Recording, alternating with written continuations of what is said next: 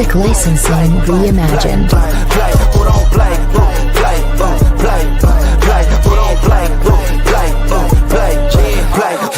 time coming, like on the bottom of my feet from running. Cataracts under my eyes from hustling. Going from buying to selling to customers. Run up the business, God is my witness. Turn up the sun up from under the sun that we matching the limits. My mind running like Tom Cruise on an action movie. Moving the mission, they say that I'm tripping. I've been told I need a vacation, I'm finessing the visit.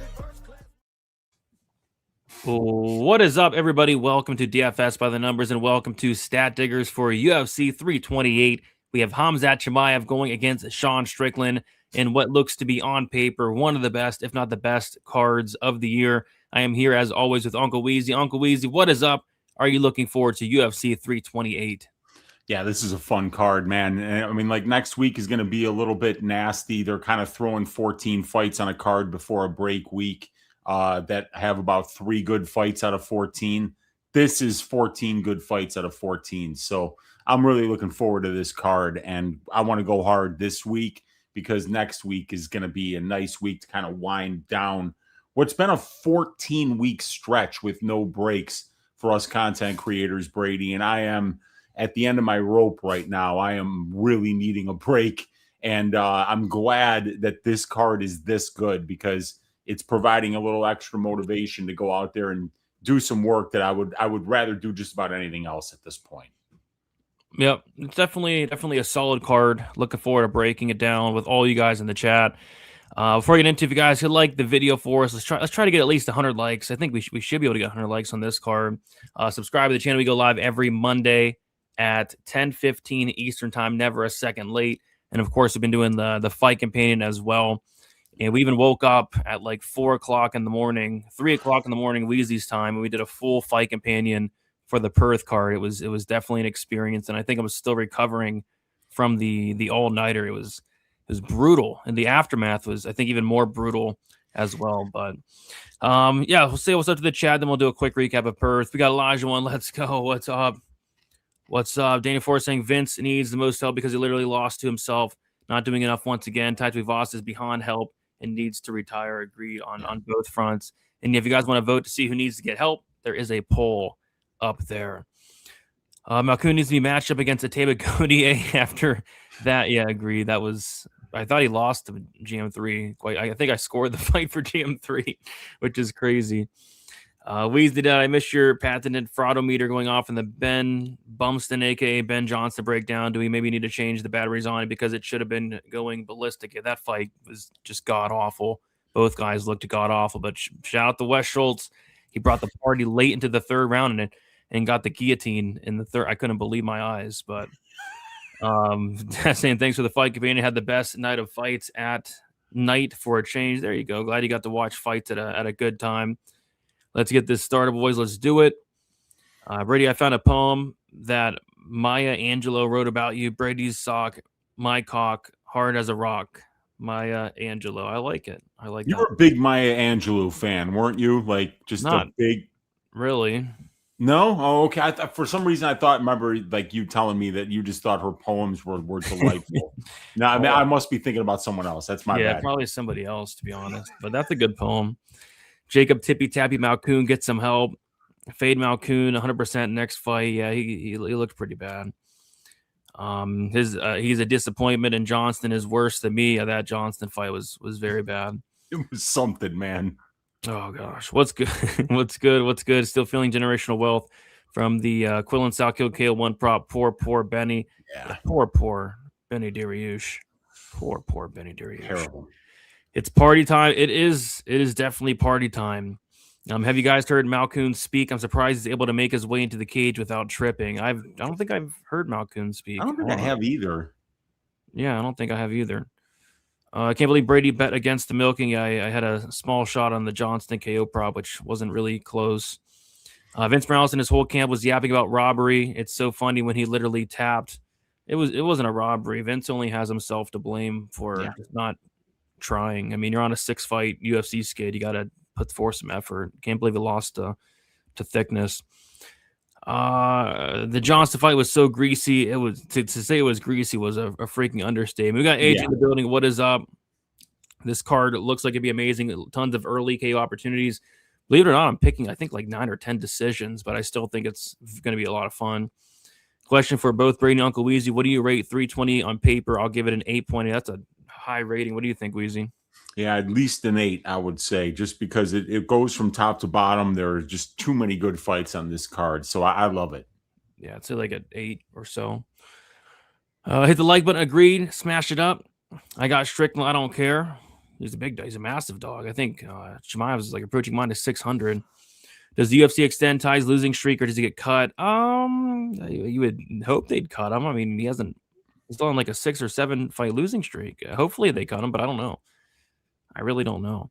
The heavyweight 21st. Yeah, man. Oh, Brady and my Uncle Weezy, I'm deployed with Epic Fury. Zoning out for a few hours with you guys is a small slice of home. Thanks, guys. Appreciate that, Cody. No love, Sparf Bucket. Good to have you in here, my guy. Ateba will sadly make Ozzy lifeless. I mean, I'd hope so, but Ateba also took Puglia 15 minutes his last time, and him and his buddies cashed a nice decision prop. Yeah. What else we got up in here? What is up? Yes, Freak. Good to see you in here. The Scottsdale Arizona Treble team has arrived. Let's go, boys.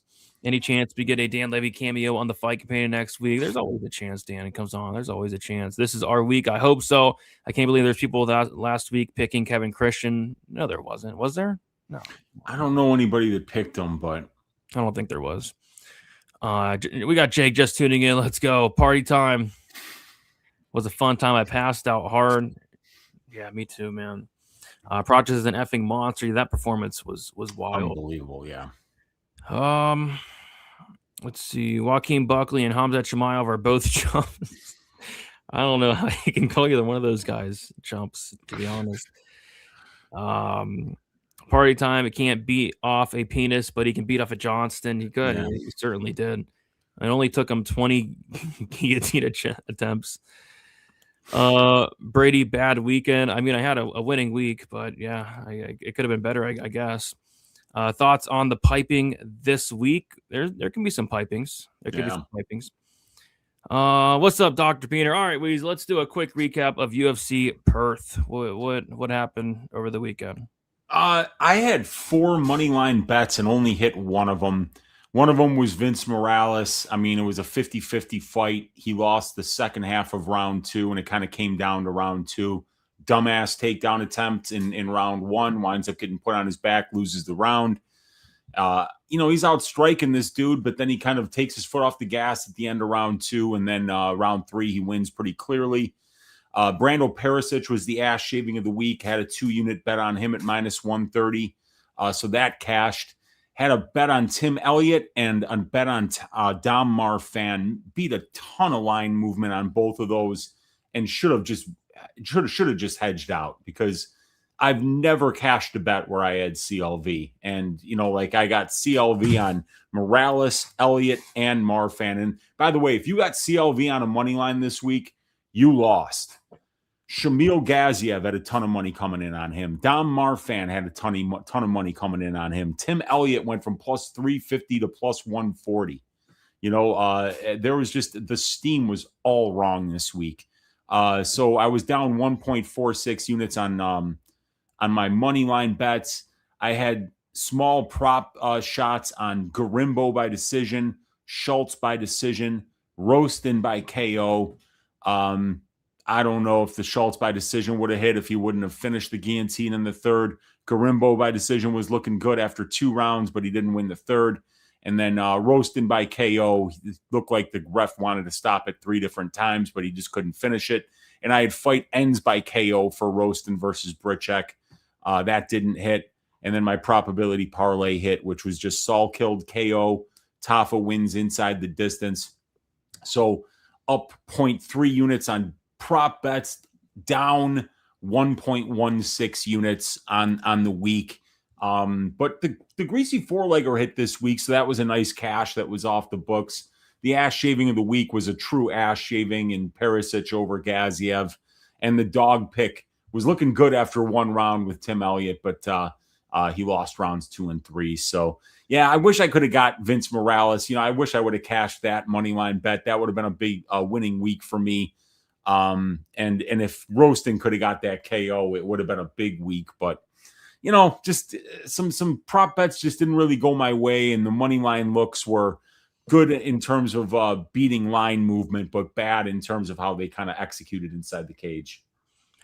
Yeah, I mean, some of the lines last week moved like a ton. Like I don't think I've ever seen like Elliott went from like plus 350 to like plus like 140. It was just ridiculous. But yeah, so for me, I went up about a unit over the weekend, but it should have been like 6 or 7 units. I had just a terrible bad beat in the Perisic fight. The Perisic KO won. It was like a 6-unit swing for me, and he hit Godier with everything he had in that first round.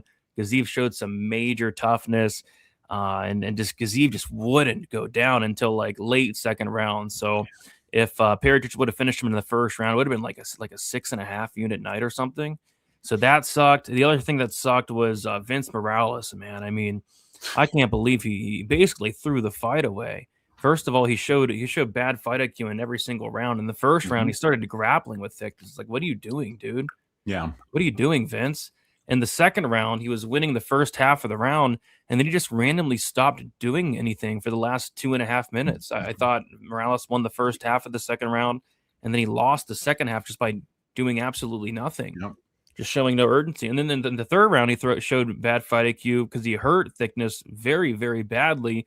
And instead of knocking him out or putting more damage up on him, he went for a Peruvian necktie. Like, what are you doing, dude? So this guy Vince, he's not a smart guy at all. He's on a 6-fight skid in terms of his UFC fights, and he showed absolutely zero urgency. I can't believe he lost to Colby Thickness, but I didn't hate the bet. But this guy's clearly an idiot, so that one hurt.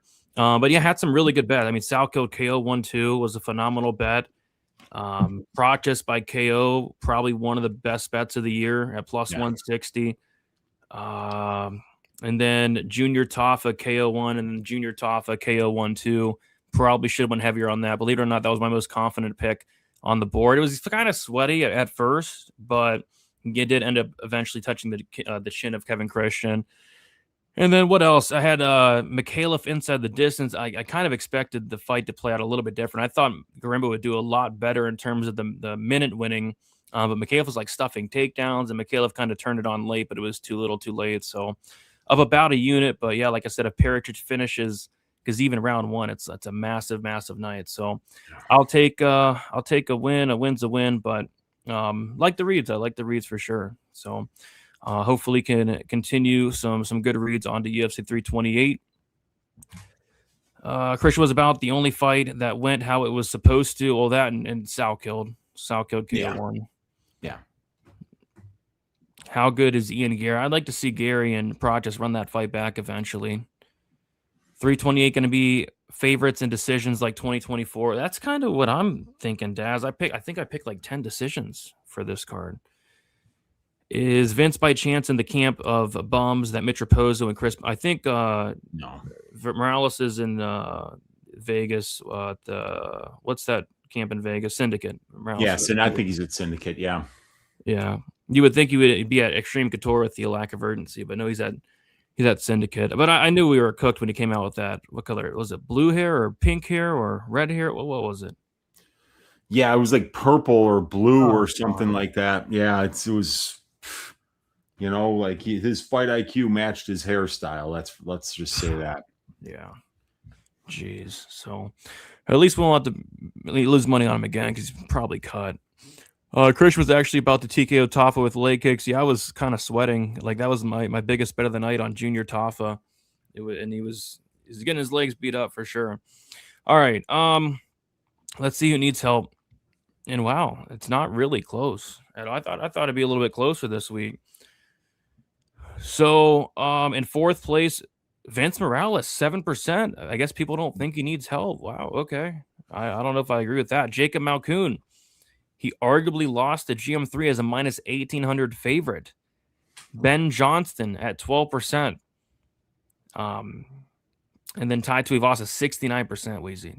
Yeah, that's who I voted for. Yeah, that was... I mean, Sutherland took that fight on 5 days' notice and flew from Scotland to Perth and rinsed them.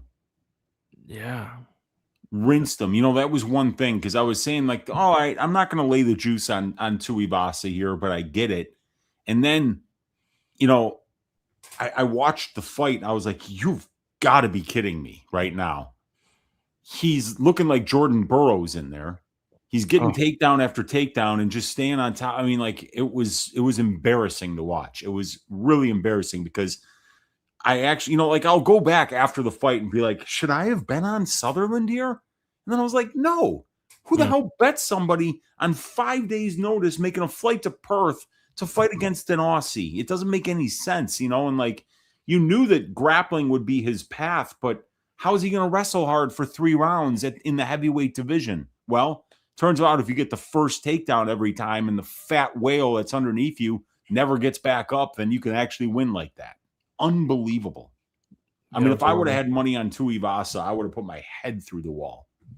Yeah, same. I mean, the fight was so bad, I literally stopped watching during the fight companion. Like I went to go get McDonald's breakfast, I think, with 3 minutes left. Yeah, like you left, and I just stopped watching it. Like I didn't want to watch that. Like if I was the ref, I would have just stopped the fight. Oh my God, it was terrible, man. So last week, you guys nailed it. You guys voted for Wes Schultz to milk Ben Johnson, and he did. I suppose he did.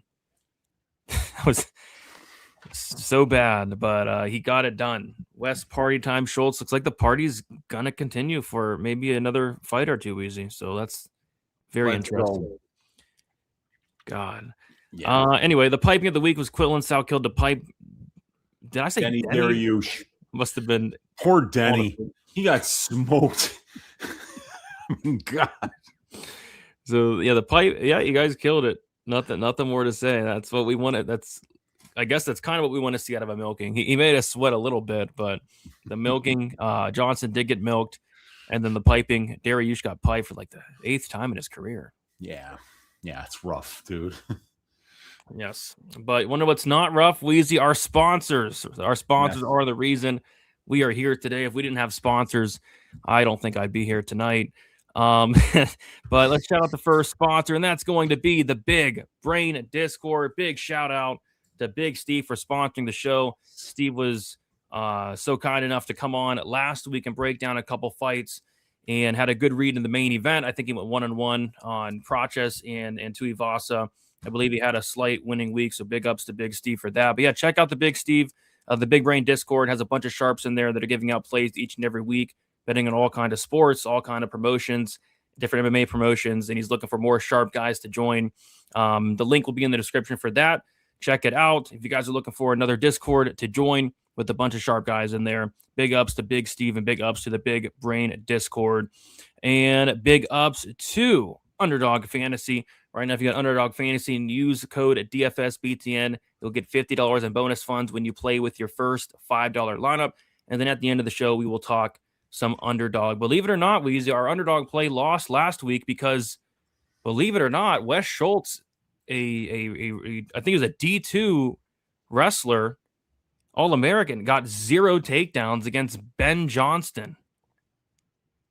Dude, was he wrestling in the handicapped division? I think he might have. How do you get 0 takedowns against Ben Johnston? That dude was flopping around like a catfish in a boat. Like he was shooting takedowns and then like pulling the guy on top of him. And I was like, man, you don't see wrestlers doing that. And you see BJJ guys pulling that kind of crap. And I mean, like Wes looked like he never wrestled a day in his life. Like we were laughing at him for the first 2 rounds. I was laughing really hard. Yeah, he looked like Cody Brundage with worse wrestling. Like he was just jumping guillotine, quitting on every takedown attempt and pulling the guy on top of him. I was like, oh my God, he got 0 takedowns against that guy.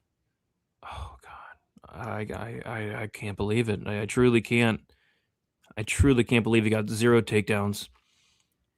He had 5. And then we tried the under 1.5 takedowns or the lower than 1.5 takedowns for Saul killed, and that was easy. Of course, he wasn't going to grapple.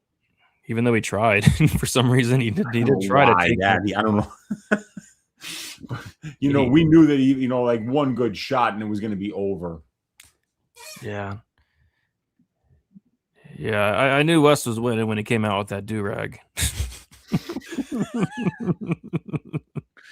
He looked like Jamie Kennedy in Malibu's Most Wanted with that thing on there. Like, I was like, what is he doing here, man? Like that. It also reminded me of that one scene in Napoleon Dynamite where his older brother's got the do-rag on and he's dating the girl from Detroit or something like that. Just like, Wes, what are you doing? You know, like, what if that's what your cornermen are for? Oh, yeah. Really, at the end of the day, they're like, hey, Wes, they're bringing the camera in here. Get that fucking do-rag off. You look like an idiot. You know, like, what are you doing? And then he goes for guillotines 8 times, and the 9th one works. I mean, what a fight. What a fight. Big up, party time Schultz, getting that submission finish. That was something else, man. That was pure entertainment, that fight. I'm gonna fade the living hell out of both Wes Schultz and Ben Johnston if they get another fight. They will be faded because that fight was probably the worst display of mixed martial arts I've ever seen in my entire life, which is saying a lot. Wait, what is this? Can we talk about the early stoppage in the Tafa fight? Christian like nearly died. They needed to bring in the smelling salts. That was an early stoppage, was it?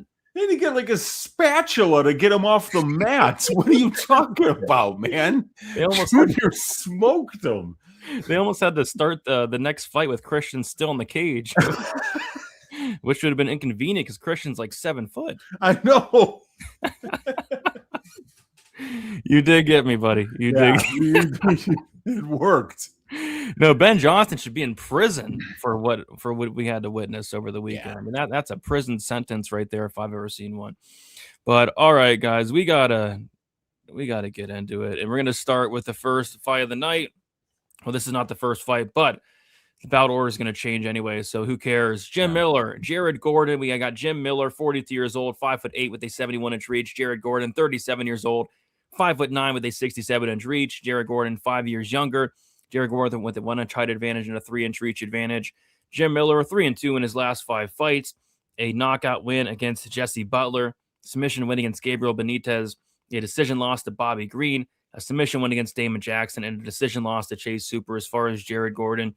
He is 2-2-1 no contest in his last 5 fights. No contest against Bobby Green. Knockout win against Mark Madsen. Decision loss to Nazareth Hackbrass. Knockout win against Thiago Moises. And a knockout loss to Rafa Garcia. So, yeah, this is a fight that I won't be touching because it's at the end of the day. Do you want to lay, like, what is Jared Gordon? 300 or something? Yeah. Do you want to lay minus 300 on a guy that just got hit by a car? No. But do you want to put money on a 42-year-old Jim Miller? No. And Jared Gordon really rubbed me the wrong way, Weezy. I had no money on the Gordon fight. Like, I didn't bet the fight. But first and foremost, this guy got hit by a car. Yeah. He shows up with a turquoise, one of the thickest knee pads you'd ever see in your entire life. And he loses the fight. He gets knocked out. And then he comes out after that, and it's like, screw all you guys that bet on me. What do you mean? He's like, screw everybody that said I shouldn't be in there. What do you mean, Jared? You shouldn't have been in there. You know, if you pulled out of a fight after getting hit by a car, we would have understood. I mean, it's okay that if you get hit by a car, you can pull out. And he's basically like telling people to F off and stuff. It's like, I don't know. But yeah, I mean, Gordon should win this fight. It's a good matchup for him as long as the chin holds up, which that's kind of the issue with Gordon is he's very chinny. But you know, as long as the chin holds up, he's going to be the minute winner. He should be able to, keep this fight standing. But if he wants to get a takedown, he can get it. Be the better boxer, more volume, stuff like that. So yeah, for me, it's Gordon probably by decision. But I don't want to put any money on this guy. And if I do put money on him, you better stay the hell out of the traffic. Minus 300. No, I'm good. Yeah, I mean, you basically said it, right? This guy, he said, "Fuck everybody that bet on me that's bitching." I had people showing up to this fight to come see me fight, so I fought. And I know that it's surprising sometimes when junkies make bad decisions, but you know what I'm saying? Like that, it shouldn't be surprising. Yeah, you got hit by a car and then you showed up to fight anyway. And yeah, that's exactly, it was a predictable result. He looked very slow as a result of being on one leg. And Yeah, he got knocked out in round number 3, and now here we are again, and we're supposed to lay minus 300 on this guy. You know, and here's the thing about fighting Jim Miller. What if he makes another junkie type decision and fucking tries to take this guy down and winds up in a guillotine and gets choked out? Because Jim Miller can catch anybody in that guillotine if you make a mistake. So, I mean, like, it does come down to having some kind of fight IQ. And I don't know if he does, dude. If you're fighting on one leg after getting hit by a car, I can't lay minus 300 on you ever again. But the alternative is betting on a 42-year-old man who probably died 4 different times when he fought Bobby Green. Remember that one? Yeah, I had the finish only for Miller. It was Sweat. Oh, I think I might have had that too. And like how we didn't lose money on that is amazing. Yeah. Yep. So, yeah, I mean, I'm fine with passing because it's like, yeah, Gordon by decision could be a solid look. It's minus 120, but Miller's like 42, and Gordon's been like randomly out of nowhere flashing power recently. So yeah. Knocked out Moises, knocked out Madsen. I mean, almost like I thought he was about to knock out Hackbrass too. So yeah, I don't know. Nothing really sticking out for me on this one. But yeah, Gordon should win. Just hopefully he stays the hell out of traffic this week. Gosh. Sorry, streamer is being dumb. I don't have it in me to possibly lose another Jared Gordon bet as a minus 300 favorite, especially if he shows up with that big turquoise knee sleeve. Gordon has one of those 1980s rollerblading knee pads on. He did. He did. Going through rounds after getting hit the day by a car is kind of impressive. Jim Miller hits like a bike. Jim Miller does have power, but he's also like 50 years old, you know. Jim Miller is going to arrange a car accident this weekend. We could see it, man. We could definitely see it. Gordon loses so many decisions. Absolutely cannot lay chalk on him. Well, he did beat you still to this day, you know, he did beat Patty, right, Weezy? Oh, yeah. He definitely beat Patty. You know, he definitely beat Patty. And if you look at his recent fights, right? I mean, like the Hackbrass fight, he might have won that fight. He got hit by a car before the Garcia fight. The Bobby Green fight's a no contest. The Patty fight's definitely a win. I mean, when was the last time he lost a legitimate fight? When was the last time somebody ran through Jared Gordon, man? It's been a while. Yeah, usually when he's getting ran through, he's getting knocked out. But yeah, it has been a while. We got Bub Collins with a $4.99. Appreciate you, Bub Collins. He says, been a while since I made it live, just paying tribute to my disciples. Wheezy, you look like you rocked in your day. What's your top 3 bands of all time? Now, that is such a hard question because me and my friend Mike, who I grew up and went to high school with, like we were talking one night many years ago about how many shows we just saw at Metro in Chicago, which is on Clark Street, a little bit away from Wrigley Field. Cabaret Metro had a club downstairs where some of the best house DJs in the world played. And then upstairs from that was some of the best alternative rock bands of all time. I saw Nirvana there. I saw Soundgarden there. I saw Morphine there. I saw Alice in Chains there. I saw all those Seattle bands from the 90s at Metro. I saw Spiritualized there several times. I remember, like, one of my favorite shows that I saw at Metro was Morphine. Rest in peace, Mark Sandman. He passed away. I like my top 3 bands of all time. They're probably bands that people really haven't really heard much of. They're Dunion from Sweden is probably one of my favorite bands of all time. Oh God. I mean, it's such a hard question to like name 3 bands. Like I'm wearing a shirt right now of a band called The Nude Party. They're phenomenal. They're from North Carolina. I saw Slow Mosa in Asheville, North Carolina a while back. Great stoner metal band, but it's just too hard to name because I've seen literally hundreds of concerts, and to pick 3 names out of the air, it's just too difficult. Well, Bub likes Alice in Chains and Nirvana. Who doesn't? Yeah, I mean, like they were just huge at the time that I was in college, and we would go there every weekend. And like sometimes I would even drive back from Northern Illinois to go to Metro like on a Tuesday or Wednesday night if there was a band that I had to see. So yeah, we caught. But I'll tell you one great show that I saw at Northern Illinois was the Jesus and Mary Chain was the headliner. Curve was the middle band. Spiritualized was the first band. Three bands in one night. Great show at Northern Illinois University that I remember just absolutely loving that show. Nice. There you go. The Village people were Wheezy's boys. No, they weren't. No, they weren't. All right, let's move on to the next fight. It is going to be Clayton Carpenter going against Jose Ochoa. We got Clayton Carpenter, 29 years old, 5'6" with a 66-inch reach. Jose Ochoa, 25 years old, 5'7" with a 67-inch reach. Ochoa, 4 years younger, 1 inch height advantage, 1 inch reach advantage. Carpenter is 3-2 in his last 5 fights. Had a decision win against Edgar Chairez on the Contender Series. He submitted Juan Camilo Ronderos in the first round, submitted Lucas Rocha in the second round, lost to Tagir and Rebecki by decision, then lost to Jafel Filio by first round submission. As far as Jose Ochoa, 3-2 in his last 5 fights, made his debut against Lonnie Kavanaugh, lost that fight by decision.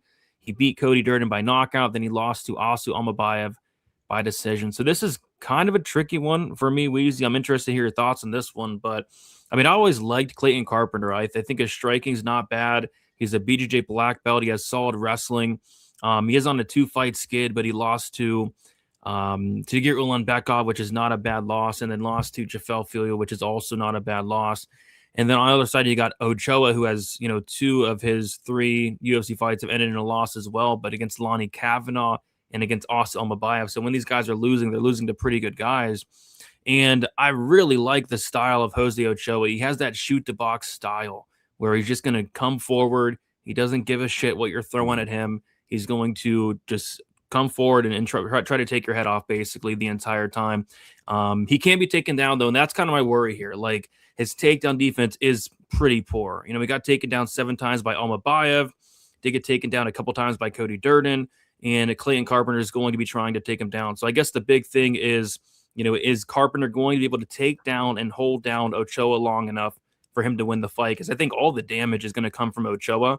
And I could see this end up being close where it's like a damage versus control type fight where Ochoa is doing the better work on the feet, maybe attempting submissions off his back, but Carpenter's able to get, a couple minutes of control, takedowns in multiple rounds type thing. So I wanted to bet Ochoa. I'm going to kind of wait to see where the line goes throughout the week. But if this does go to decision, I don't know how much faith I really have in his takedown defense. So what are your thoughts on this one, Weezy?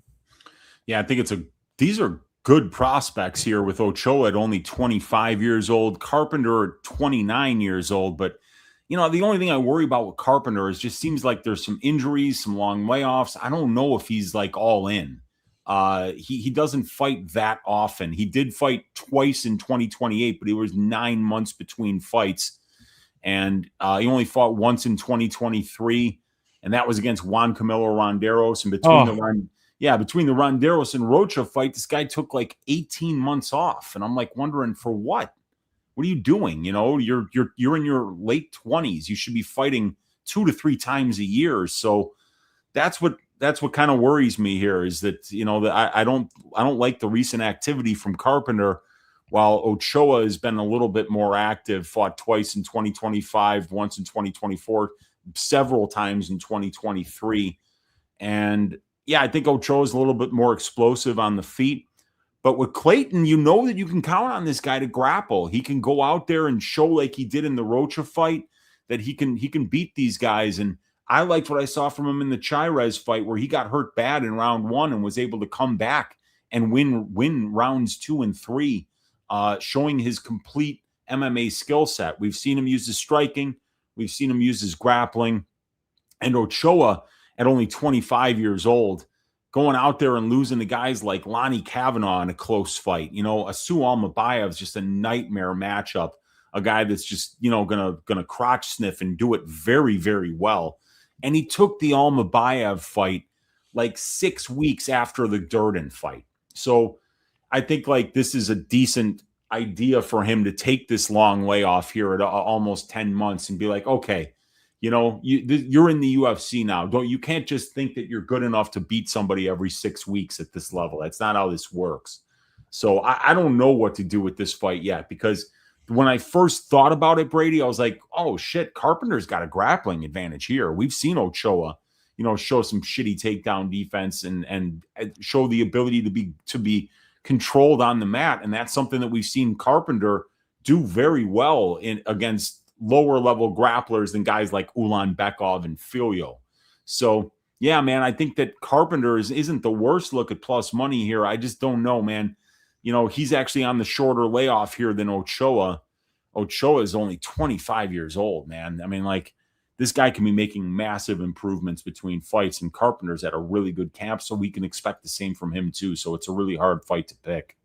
Yeah, I'll see if more money comes in on Carpenter throughout the week. But if I lay minus 175 on Ochoa and he's getting taken down like, 6, 7, 8 times, I might not feel great about that bet. But I do like this guy a lot. I actually like both guys a lot, to be honest. I think both guys are really good prospects. So maybe, as of now, I'm just staying away. We'll see where the line goes throughout the week. Last week, there was so much line movement, and I should have took advantage on some of that line movement last week.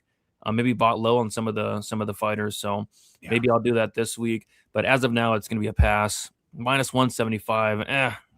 Not in love with it. What do you guys think for this one here? Talk about a pick 'em. I don't know which version of either guy shows up. Well, Ochoa will always show up. This guy's going in there to fight every single time. It just can his takedown defense hold up enough? And that's kind of the question, because his takedown defense kind of stinks, Ochoa's. We got Sajid saying, I like Clayton as a dog here. He got subbed by Jafel Filio. I know that's aged kind of badly because of Durden. No, I don't think it's aged badly, to be honest. But seriously, Filio's BJJ is legit. Agreed. I think Carpenter is going to do Ochoa like Almabayev did. And yeah, that's the concern for me. That's the concern. Lost to Filio fade. Filio has shown some holes now. Yeah, I don't know what happened in that Durden fight, to be honest. Ochoa, because Carpenter looks like the rich asshole kid in every Disney movie. He low-key does. He kind of does. That's so funny. Carpenter by decision or Ochoa by second round knockout. I was thinking Ochoa round 2-3 KO and another Clay decision bet. Ochoa's got them hands. He does have them hands. Pipe up the like button. Agreed. Pipe it up. Pipe it up. This might look like Morales versus Brady. So you're thinking we could see Ochoa knocking him out. Yeah. Maybe. Carpenter's extremely tough. I don't think Carpenter's been knocked out. I think he's been subbed, but not knocked out. I also like Clayton as a dog. Ochoa fights instead of defending takedowns. Like, he has that shoot the box style. There's no defense. He doesn't care what's coming at him. He doesn't really care to stuff takedowns. So yeah.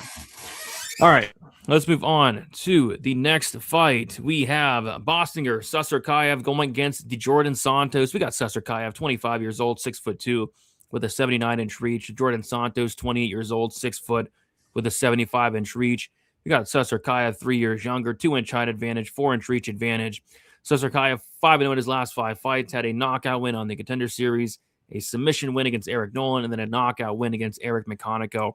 As far as the Jordan Santos, he has 4-1 in his last 5 fights, made his debut against Ozzy Diaz, lost that fight by decision, had a nice upset win against Will Curry as a big underdog on the Contender Series, and then beat Danny Barlow by decision. So this is one I'm just staying far away from, Weezy. I mean, I'm not a big fan of this Cesar Kayv guy.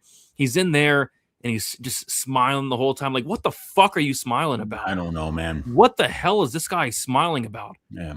Is there something fun? What's so funny? Yeah. Like, how about you go in there and you get Eric Meconico out? How are you going 50-50 with Eric Meconico for 12.5 minutes as a minus? Like, he's like a minus 1,400 favorite. How are you losing a round to Eric Nolan? Wipe that smile off your face, bitch, and go out there and go out there and finish these guys. He's minus 1,000 favorites, Weezy, and he's dropping rounds. Like, I don't have any faith in this guy. He just messes around too much. So do I want to lay minus 650 on a guy that's going to go dick around for 7.5 to 10 minutes? No, I don't. And I think Jordan Santos stinks, but at the very least, he's durable. So I don't know. Cesar Kayv is going to win. It's just how. How is he going to win? Is he going to be by decision? Is he going to show some urgency and knock out Santos? Is he going to take down Santos and sub him? I don't know, but this is a complete stay away. And I hope he finally wipes that smile off his face because from where I'm sitting, Weezy, nothing's funny in there. Losing a round to Eric McConaughey is not funny. Losing a round to Eric Nolan and almost getting finished, it's not funny. I don't know what's so funny. Can you enlighten me on what's so funny with this guy? I don't know, man. He's Chechen. He's Chechen, and like he's about as likable as any other Chechen. I don't get it either. Like what the fuck are you smiling at in there? Like it's like a joke to this kid. Yeah. He has got the confidence of an undefeated fighter, and it's not even it's gone so far past confidence into arrogance that it's just annoying at this point to even watch this guy fight. Like he's not looking good against Eric Nolan and Eric McConaughey, and we're still going to be making this guy a 600 favorite. Why? Oh, because he's friends with Hamzat, another really likable Chechen. Yeah, Cesar Kayv is still only 25 years old, and I mean, clearly the kid is talented. He can grapple. He's got power in his strikes, and he's got, like we might not like it, but you have to be that confident in order to do this kind of crazy shit, and the thing about these Chechens in particular is that they come from a really tough place, so I think for a lot of these guys, literally getting in the cage is probably easier than a lot of the shit that they grew up with. A lot of these guys have been at war for a very long time.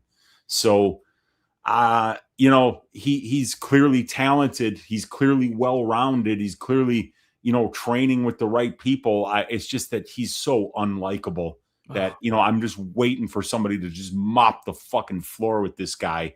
But it's not going to happen when you put him in there against guys like Eric Nolan and Eric McConaughey. And with Jordan Santos, at least you're getting a guy who I think is going to put on a lot of pressure, stay in your face, be durable, make you fight, But I still think Cesar Kayv is the better wrestler, probably more power on the feet, more dangerous wherever the fight goes. So he's probably going to win. But like I say, that day's coming.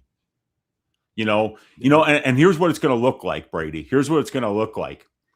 You remember when Norma Dumont was smiling right before the decision in a fight where she clearly lost, and then when they raised Jocelyn Edwards' hand, she was the most surprised person in the building? It's going to be like 3 times worse than that when Cesar Kayv loses a 29-28 and he just doesn't see it coming, and he's going to absolutely go ballistic, and we're going to be laughing our asses off. I don't know if it's this Saturday, though, Brady. I don't know if anybody's going to be wiping the smile off of this kid's face anytime soon. No, I don't think Santos is wiping that. I don't know. I mean, Santos, he's durable. He's durable, and he'll scrap. But yeah, I mean, Cesar Kayv just so much better than this guy. And then it's like, how do you minus 550? Does he win by decision? Does he win by a finish? Can I trust this guy to finish Santos? Not really. I can't trust this guy to finish, to show some urgency in there. I just can't. So yeah, what's the decision prop for Cesar Kayv? It is 200 plus 200. It's plus 200. Oh God! Imagine laying minus 650 on this guy. Yeah. And then him go out there and pulling a Kennedy and Zechiku versus Ovin St. Preux and just losing a decision. I could see it happening. I mean, that McConaughey fight was like extremely close up until the knockouts, and then Nolan won the first round. Yeah, I mean, he hurt him bad. Yeah, with a spinning back fist, didn't he? He did the stanky leg in there. So yeah, I don't know. And then he was smiling, Brady, like it was like getting hit with a spinning back fist is something funny. This guy's a fucking comedian or something, man. Yeah, man, he's a comedian. He's a comedian. Maybe he's going to be appearing at Zany's in Las Vegas, after the show. Yeah, I don't know what's so funny. We got to get him on the show and ask him what's so funny. I missed the joke. I don't know. Maybe we're just missing the joke here, but there's something clearly funny with this guy, and me and Brady don't know what it is. Yeah, losing a round to Eric McConaughey and Tom and Eric Nolan's not funny to me. But no. We got Gil with the 149 super sticker. Appreciate you, my guy. Good to see you in here. It means a lot. Where are all these NPCs in middleweight division coming from? I don't know. They're coming out. They're coming out. We got Muhammad with the Oi. What's up, Muhammad?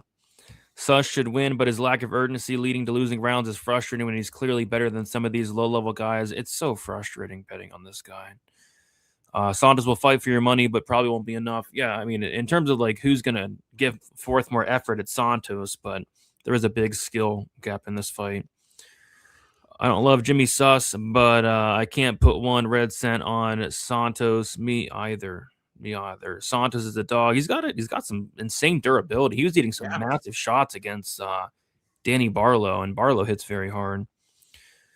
So yeah, he's got some durability. It's 2 times worse because he's a Chechen via Miami, Florida. Oh god.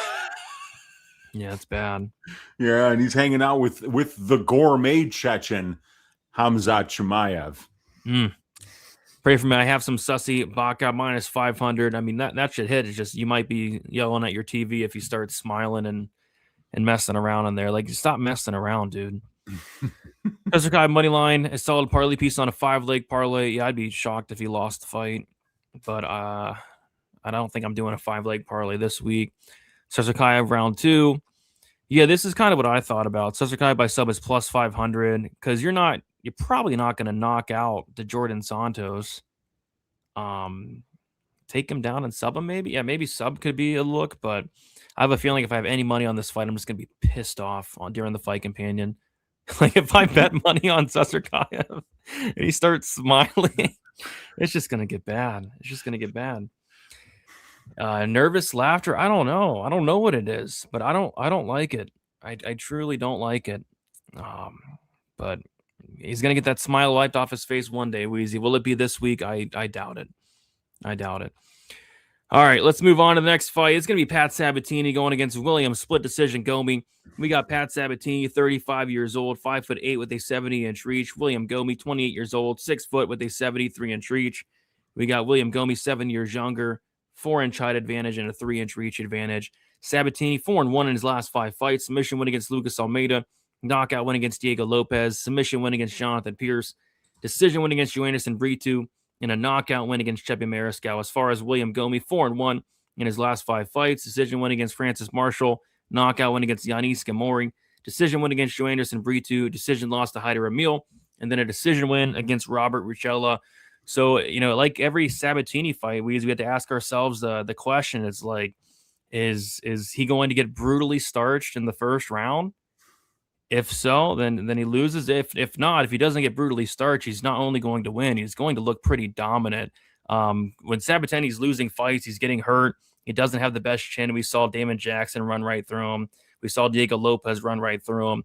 But if he gets his game going and gets the wrestling going, he looks incredible out there. Really good wrestling. And he's one of these guys that has really good fight IQ. He's not going to go out there and pretend he's some phenomenal striker. He's going to take you down and he's going to keep you there, for a good portion of the fight. So what I'll ask you, Weezy, is do you think William Gomi has the power to take off Sabatini's head or stuff takedowns over the course of 15 minutes? Yeah, I mean, I could see. Look, I mean, anybody can knock out Sabatini if they land the right shot, because this guy's chin is extremely suspect. It has been for a very long time. But Gomi not known for his power, but he will swing and he'll try to hurt you. The thing is that Pat Sabatini, here's the key stat, Brady. Let's hear it. Pat Sabatini has, how many UFC fights is it? It is 10 UFC fights and 90 minutes of cage time. So an hour and a half in the UFC octagon. He spends less than 20% of that octagon time at distance striking range. And when he's in those control time positions, he's out controlling his opponents 70% to 10%, which means he's winning 88% of the control time positions in his fights. And when he's in the clinch, when he's on the mat, this guy is absorbing less than 1/2 of a significant strike per minute. So Pat is just somebody that doesn't do a lot of damage from these positions, but he sticks to you and he makes you defend submissions to the point where you're not really landing any strikes against this guy. Pat Sabatini, the definition of a dominant fighter, in my opinion, is one that doesn't take damage. because if you consistently don't take damage, it's almost impossible for you to lose unless you're getting insta-subbed in any kind of a scramble. Pat Sabatini, he absorbs 1.09 significant strikes per minute. You know, how are you going to beat that guy unless you're stuffing takedowns, keeping it at distant striking range, and finding the kind of power that you need in order to get this guy out of there?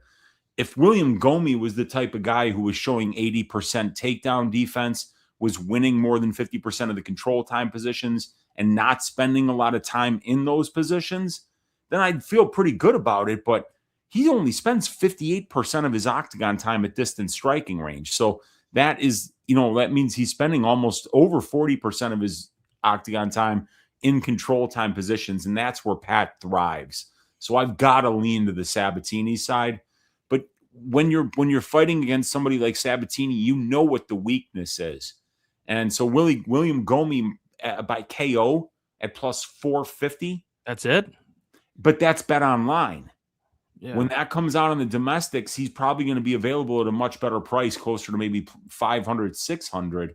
I think that's the way I'd play the Gomis side here, because he could win minutes. He could win minutes in the clinch and land and do more damage, but I'd rather get the KO, because against somebody like Sabatini, who's so dominant winning minutes and banking rounds, you kind of feel like if you're not knocking him out, eventually this guy is either going to pile up enough time to bank the round or find the submission that ends the fight.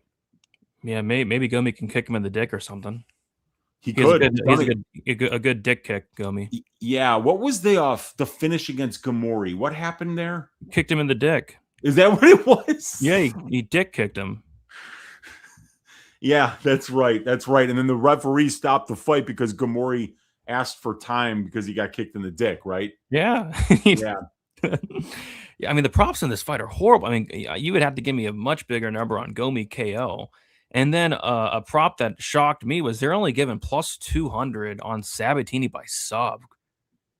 Yeah, and Sabatini's got more decision wins than he does sub wins, and they're giving you 215 on decision plus 200 on the sub, and the fight goes is a pick 'em right now.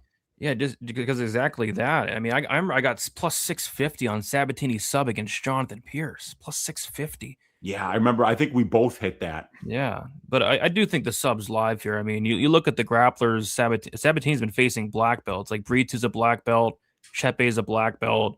I don't know what the hell Gomis is, but he's not a black belt. And Gomis got put into some really bad spots against Francis Marshall and Joe Anderson Brito. So yeah, I thought the sub might have been sneaky, but like always, they're sharp, man. They do their homework, dude. Plus 200, F that all day. Love Sabatini here. A bit of a wonky chin, but Gomis has no power. He's a good dick kick, though. Lacks urgency and can be taken down. Sabatini has great wrestling to complement his elite BJJ. Yeah, it's like, can the chin of Sabatini hold up? It held up against Joe Anderson Brito and Chepe. So just kind of, for me, it seems like a step down from those guys. Seems like an ideal matchup for Sabatini. Gomis has pillow fists. Yeah, just got to watch out for the dick kick. Sabatini's physical, and Gomis also has very bad weight cuts as well. Like, remember, didn't this guy like die on the scale? Which fight was it?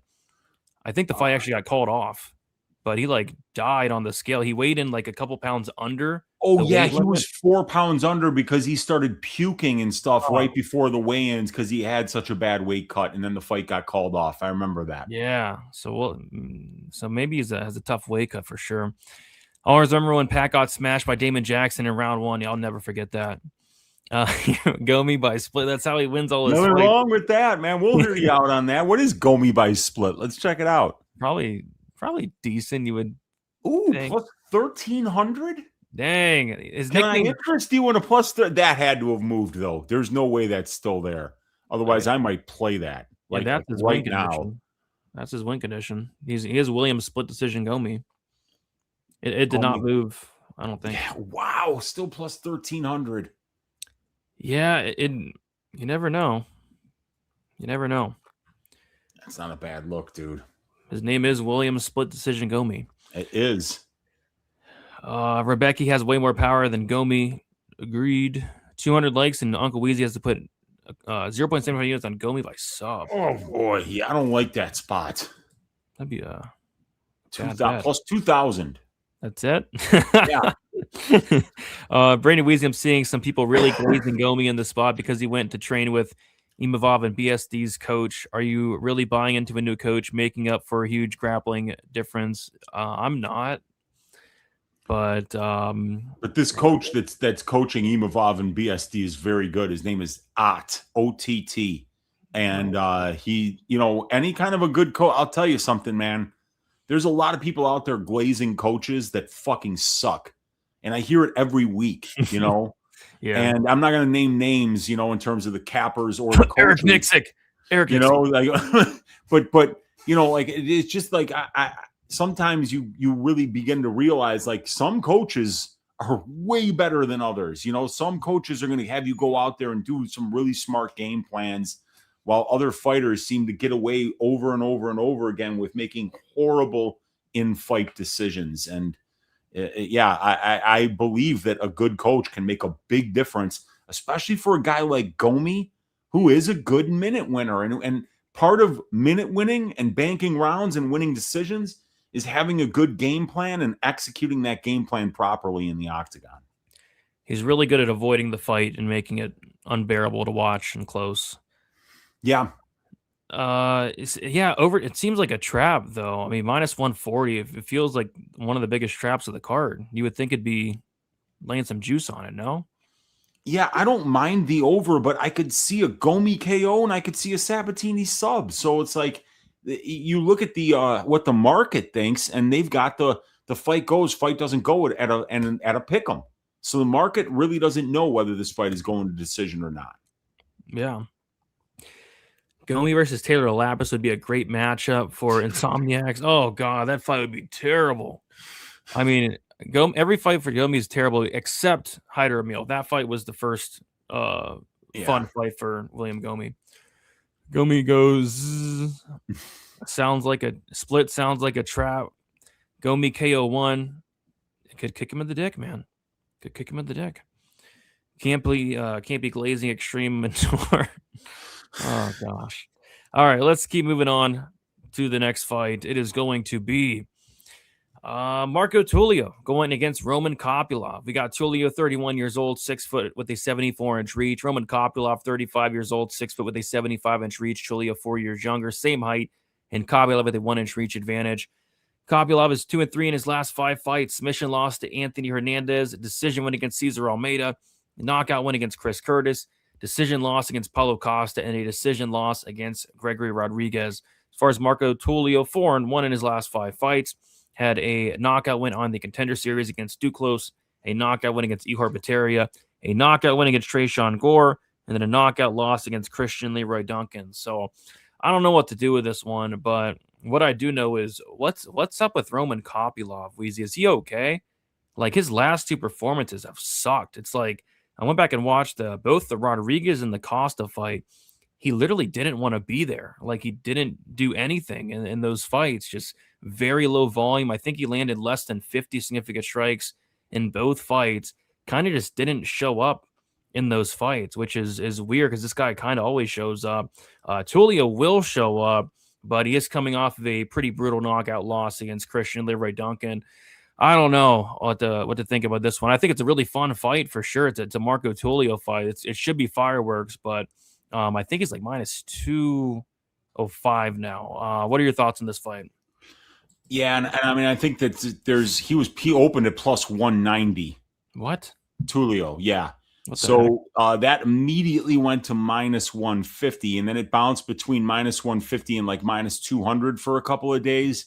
And now the steam is coming on the Tulio side here. And I agree with it because we know when Kopylov struggles, it's against grapplers. I mean, like the grapplers that can take this guy down, whether it was Duraev back in the day, whether it was Gregory Rodriguez, Anthony Hernandez.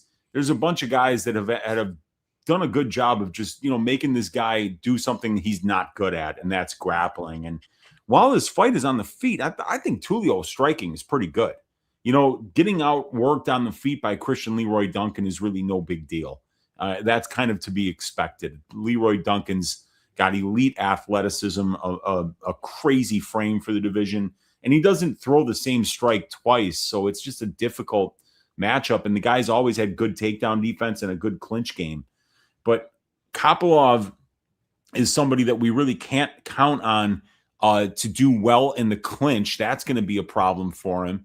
In these control time positions, you see Tulio landing 5.23 strikes per minute and only absorbing 0.6, while a guy like Kopylov is landing 1.6 and absorbing 3.2.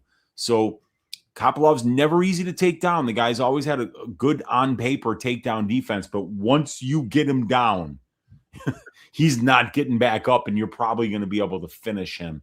So I think Tulio can keep it close enough on the feet here, but he doesn't want to be there for too long with Roman. And because Roman spends 82% of his time, 82% of his octagon time at distance striking range, it's about 75% for Tulio. So this fight certainly could come down to who the better striker is. And if that's the case, it's probably Kopylov. He's a southpaw. He's got great kicks, and he's got underrated power. But Marco is the more well-rounded fighter with more ways to win this fight. Plus, he's the younger guy, and I think that he's just got a little bit more momentum. Both guys are coming off of losses, but Tulio's 4-1 in his last 5, while Kopylov is 2-3. And he had the split decision against Cesar Almeida, which I'm not sure that he won. It was close enough, but he wound up getting takedowns in that fight. And then there was the 3rd round KO against Chris Curtis with 1 second left in the fight, which was a close fight. So I think Tulio is the younger guy. He's in better form. He's the better grappler. A little bit more momentum coming into this fight. So I feel good siding with him to win the fight. But in terms of props, I don't know what I want to do here. I was actually thinking Tulio decision because Kopylov has a freaking brick for a head. He's been knocked out. He's been never knocked out. He's been submitted twice, but Marco Tulio has only got 1 career win by submission. So if we're looking at that decision prop, it's sitting at it's a massive number. Plus 325. And my betting model has that as a trifecta bet, showing value in the 3 metric comparisons that I make. And let me see. I got another model here that I want to look at for Kopylov. For Tulio. Let's see what we got the decision at there. Tulio decision would be about 21%, and we're paying 23%. That's pretty fair, dude. I would say Tulio decision probably my favorite bet as well. Yeah, because Kopylov, he's just not doing enough. He got outstruck against Rodriguez at distance 84-51. Outstruck against Costa at distance 87-48. I mean, he got outstruck against Curtis at distance 142-124, and even against Cesar Almeida, outstruck at distance 51-32. It's where's the volume, Kopylov? He hasn't showed volume in years at this point. Yeah, because he's always been a knockout artist. That's why. Yeah, so I guess he'd have to maybe knock out Tulio. And he's coming off a KO loss, so it's certainly a possible thing. And plus 425 for Kopylov KO. My model loves that as well. And you can even get his inside the distance at plus 390 if you just want to make sure that there's not a club and sub situation in there, like Kopylov would ever attempt to sub. But when the difference is 425 and 390, it's often good to just be a little responsible and take the inside the distance instead. Yeah, he can't spell sub, but agreed. I know. But they all know the rear naked choke.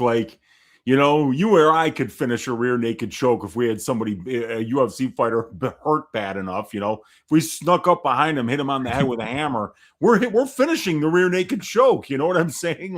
They'll tap to that if they're still alive. Hammers are very dangerous. It could happen, And Roman's Russian. Don't put it past him to have a foreign object in the pants like his cowboy Bob Orton out there. You never know what's going to happen, dude. That's true. You never know. I'm thinking Tulio puts on his wrestling shoes for this fight. He does wrestle a decent amount on the Contender Series in his fight against, what was his name? Belgorowi. He was cage pushing him, wrestling him, and even against Duncan went for a few takedowns. So yeah, you could definitely wrestle here. I think it'd be wise. Give me this fight to go the distance. I kind of agree, actually. Plus 150 for the fight to go to decision. Just because Kopylov is extremely tough. I don't think you're knocking out Kopylov. He is one of the biggest heads in the UFC. Yeah. Roman does not want to be there when his opponent is a power hitter, and Tulio is just that. Yeah, he hasn't looked like he's going to be there for a while. Tulio gets caught coming forward. Kopylov by counter, left KO. Yeah, I mean, if Kopylov's winning, it's probably that. 50-50 if Kopylov shows up. Tulio probably tries to replicate his fight against Usry on the Contender Series. Yeah, like I said, that'd be wise. That'd definitely be wise. Weezy, you got to see the Cubs walk off home. Apparently, the Cubs got a walk off home run. There you go. Nice, dude. The Cubs are on fire right now. They're just winning everything. Wow. Yeah, they're looking really good. Nice. Heck yeah. Tulio's another great parlay piece at minus 180. Yeah, I think you can get him for as good as minus 170. So, all right, let's keep moving on to the next fight. It is going to be Grant Dawson going against Mateusz Rebecki. We got Grant Dawson, 32 years old, 5'10" with a 72-inch reach. Rebecki, 33 years old, 5'7" with a 66-inch reach. We got Grant Dawson 1 year younger, 3-inch height advantage, and a 6-inch reach advantage. Grant Dawson 3-2 in his last 5 fights. Knockout loss to Bobby Green. Decision win against Joe Selecki. Knockout win against Rafa Garcia. Decision win against Carlos Diego Ferreira, and a knockout loss against Manuel Torres. As far as Rebecki, 2-3 in his last 5 fights. Submission win against Roosevelt Roberts. Knockout loss to Carlos Diego Ferreira. Decision win against My Titty Back Oral Boy. Decision loss to Chris Duncan, and a decision loss to Ludovic Klein.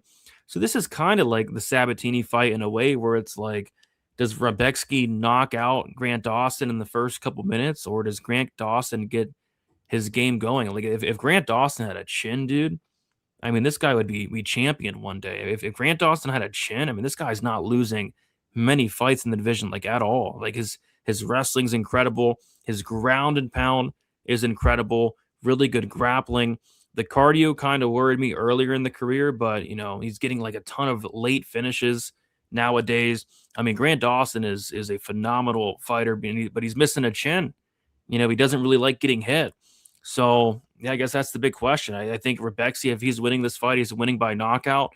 But I kind of think whoever wins this fight, Weezy's going to look like a minus 300 favorite. Either Rebecki knocks him out, or Dawson takes him down and does whatever the hell he wants with him on the mat for 15 minutes, maybe even get a late finish. So, what are your thoughts on this fight? Yeah, I mean, it's probably a really good bounce back spot for Dawson, because this guy's been, you know, a market darling. You know, when you look at Dawson over his UFC career, the biggest underdog we've ever seen him priced at is plus 105 versus Damir Ismagulov back in the day. And he dominated the shit out of Damir in that fight. Looked like minus 300 there. So, like, getting Grant Dawson at minus 125 is just not something that you see. He was minus 250 against Manny Torres. He was minus 270 against Carlos Diego Ferreira. Minus 400 versus Rafa. Minus 500 versus Selecki. Minus 520 versus Bobby Green. You know, but the Bobby Green fight was a big eye-opener. You know, it was like, holy shit, dude, Grant got absolutely slept by Bobby Green with one punch.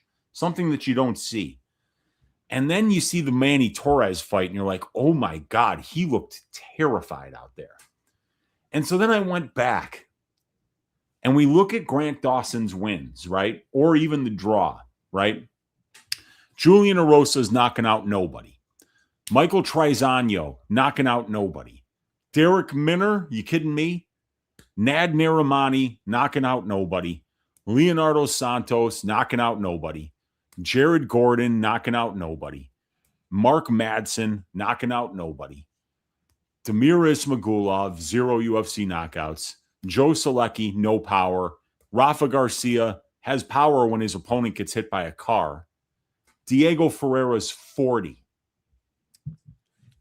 That's the problem. Grant Dawson looks amazing when his opponent can't punch their way out of a fucking paper bag. But put him in the cage with somebody that's got some kind of power, some kind of urgency, the ability to be able to put you in pain on the feet, and Grant Dawson will crumble the first time you touch him. So right now, I mean, like, I don't know what to do. I know that Grant Dawson is a dominant fighter when he gets his grappling game going. And when he starts to roll downhill, If he gets that takedown in round 1, he's going to get it again in round 2. He's going to get it again in round 3. And you're going to be weaker with every round because you're going to be taking damage and defending submissions for the entire time that this guy is stapled to your back. So I guess we're going to find out a little bit about Mateusz Rebecki's defensive wrestling. It hasn't been the best at this level, only 50% takedown defense thus far at the UFC level. But he does have power, man. And this guy's got a 4-0 knockdown ratio.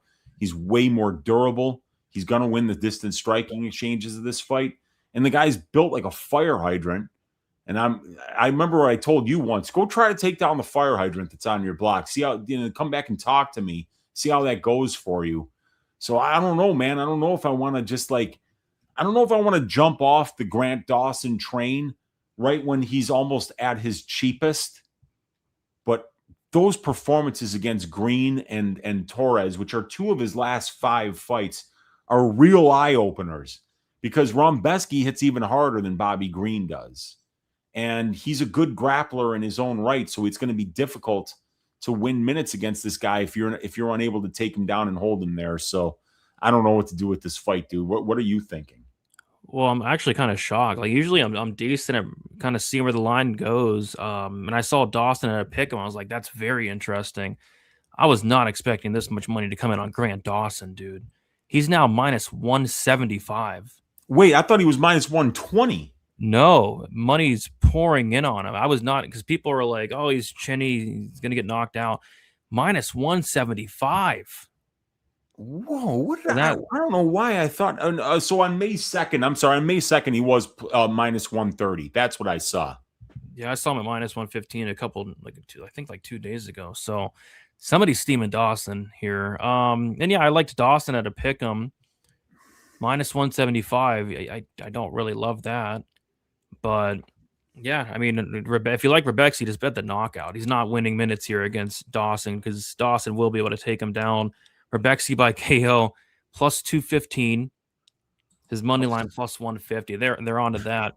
What I don't hate though is I don't mind like the fight doesn't go to decision. Like remember what Diego Ferreira did to Rebecki on the mat round 3? Yeah. I could see like a Dawson late TKO, a Dawson late sub, and I could see an early Rebecki finish. So I kind of like fight doesn't go out of pick 'em. And I did like Dawson at close to a pick 'em, but I mean that line got obliterated. I was not expecting that because you look at Tapology, it's I think like 60 or so % are taking Rebecki here. So somebody's on Dawson here. We got to get to the bottom of it. But this line's getting blown the heck out. I was not expecting that. So we'll see. Dawson is no Sabatini. They're kind of similar, to be honest. Both guys very similar. Questionable chins. Both guys. Sabatini's got way better Brazilian jiu-jitsu. But yeah, both guys elite on the ground. Yeah. Dawson has that good ground and pound. He's getting that South Florida sun. What's up, D? Good to see you in here. I don't know why I lean Dawson. I lean Dawson too, but this line's gotten blown out. I wish Dawson had better BJJ. A one-dimensional wrestler with no chin is a tough to back against a dog like Rebecki who has power. Yeah. Finishing Rafa Garcia was impressive though. Yeah, I think that was the best he's ever looked. Dog's gonna be barking on this card. Maybe I don't see a lot of dogs I like personally, but we'll see. Derek Mitter knocks out bookies. He does. He definitely does. I don't think Dawson is a glass chin, but more like if I get hard enough, I'm looking for a way out type of fighter, and Rebecki hits hard enough to make him look for a way out. Yeah, I don't like how Dawson reacts to getting hit. Yeah. Pre-junk him all over the KO. Well, it's a horrible price. Might as well just bet the money line at that point. Yeah, plus 215 for the KO. But can Rebecki defend a takedown or at least get back up without allowing Dawson to take his back? I mean, if Dawson takes him down, he's not getting up. Who would you take in a pure striking fight, Grant Dawson or Amanda Nunes? I'd take Nunes all day. I mean, right? You got Dawson's got some nice kicks and volume. You know, he might be able to stay on the outside and kind of point fight. And if Amanda starts to, but it's a pure striking fight. See, I was going to say if Amanda pressures too hard, Grant's just taking her back. But yeah, Amanda's starching him. Probably round 1. Yeah, that Green fight, something was up. He was sick or compromised. I bet he got knocked out in training a few days prior. That was weird. He was a massive favorite there. Rebecki's gonna same thing about the Torres fight then too. Yeah, Rebecki's gonna bleed to that one either. Rebecki does not take damage well at all. Like, it looks like every time he fights, it looks like he's been in a car crash. Yeah. It's really bad. Line movement has been sketchy these past few weeks. Yeah, like I said, I'm shocked. He's minus 175 now. I kind of thought it'd be around to pick him because you can make a very strong case for Rebecki. Yeah, Rebecki can knock him out, right? I think you can make a very strong case for both guys. So that stinks. But yeah, I kind of don't mind the fight doesn't go some violence there on a card where I'm picking like 10 decisions. Moving on to the next fight, it is going to be probably the most intriguing fight on the entire card. It's a freaking prelim. It's Joel Alvarez going against Yaroslav Amosav. We got Alvarez, 33 years old, 6'3" with a 77-inch reach. Amosav, 32 years old, 5'11" with a 75-inch reach. Amosav, 1 year younger. Can be Alvarez with a 4-inch height advantage and a 2-inch reach advantage. Alvarez is 4-1 in his last 5 fights. TKO loss to Arman Sarukian. Submission win against Mark Diakese. Knockout win against Elvis Brenner. Knockout win against Ricard Close. And a decision win against Vicente Luque. As far as Amosav, he is 4-1 in his last 5 fights. Made his debut against Neil Magny. Won that fight by first-round submission. So this fight's so intriguing to me because, earlier in Joel Alvarez's career, this guy sported a 0% takedown defense for like the longest time. For years, he sported a 0% takedown defense. He could not stuff a takedown to save his life. And quite frankly, he let you take him down because he was so confident in his guillotine and in his ground game off bottom.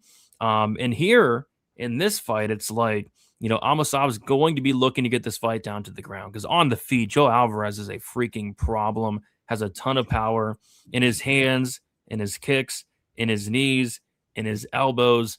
I don't think Amosav is going to be one to be on the feet at all with Joe Alvarez, and he's probably going to try to take him down, and he probably will. The question is, will Alvarez, be able to work back up, or is Alvarez going to, lose minutes off bottom, trying to go for submission, stuff like that? So, yeah, it's an intriguing one because I think Alvarez is definitely the more dangerous fighter, but I think Amosav has a path here to win minutes with the wrestling, getting on top, kind of like Sarukian did, kind of like Diakese did a couple times, staying safe. I don't think Amosav's getting subbed here. So I kind of think it's Amosav by decision, or Alvarez might find a knockout at some point. What are your thoughts on this one, Weezy?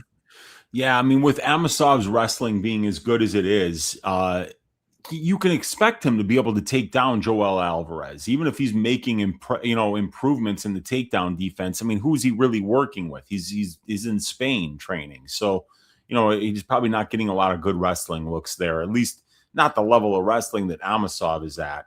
So Alvarez on a 4-fight win streak coming into this fight, with the only loss over that last 5 coming against Arman Sarukian. And, Yaroslav is, the guy's 129 out of his last 30. He's that good. But we still need to find out what it's going to look like at the UFC level because, after he lost to Jason Jackson at the end of 2023, he took over a year off. And then the wins come over Curtis Millender and Neil Magny. So just because you can out-grapple those guys, it does not mean that you're going to be able to out-grapple somebody like Alvarez, who's extremely dangerous with his front chokes, with his guillotine, with his triangle, with his armbar. Anything, if you're in this guy's guard, he is going to be making you defend. So Amosav is going to have to be really careful about how he looks to take this guy down because the guillotine is always going to be used as takedown defense for Alvarez. And then if he's unable to get takedowns where he passes into half guard immediately or into side control, it's going to be difficult to stay in this guy's guard for extended periods of time without defending submissions or maybe getting swept or even finished. So this is a fascinating fight, man. And like you said, the longer this stays on the feet, Joel Alvarez's striking is way underrated. It's really good. We saw it in the Thiago Moises fight. We've seen this guy just put it on people at distance striking range, and including guys like Diakese, Brenner. He hits hard and he throws a lot of volume, and he's super tall and long for even this division, which is up a division from where he used to fight. So I think we might even be seeing a better version of Alvarez up here at 170, Brady. Even better. He's still 33 years old, so These guys were about 6 months apart in terms of age. Amosav a little bit younger, but Alvarez 4 inches taller, 2-inch reach advantage, a big submission grappling advantage, in my opinion, and a striking advantage. So, I think getting Alvarez here at plus money, there are paths to victory for this guy. I think I'd rather bet his finish only. I mean, he's never won a decision. And I know, he beat Luque by decision. No, he finished Luque twice. He finished Luque in the first round when there was a legal punch to the eye. And then he finished Luque in the second round when Luque ate 100 unanswered punches and elbows, covering up, not intelligently defending himself. So I think the Alvarez finish only at a pick him, I don't mind. And then Amosav, I wonder what Amosav by decision is. Plus 150. Okay. So yeah, I don't know, man. I mean, Alvarez is so dangerous wherever the fight goes. But my worry here for Alvarez is he's just going to lose minutes on his back. That's kind of my worry about him. Yeah, Dawson. Yeah, that could certainly happen, like the Sarukian fight. Yeah.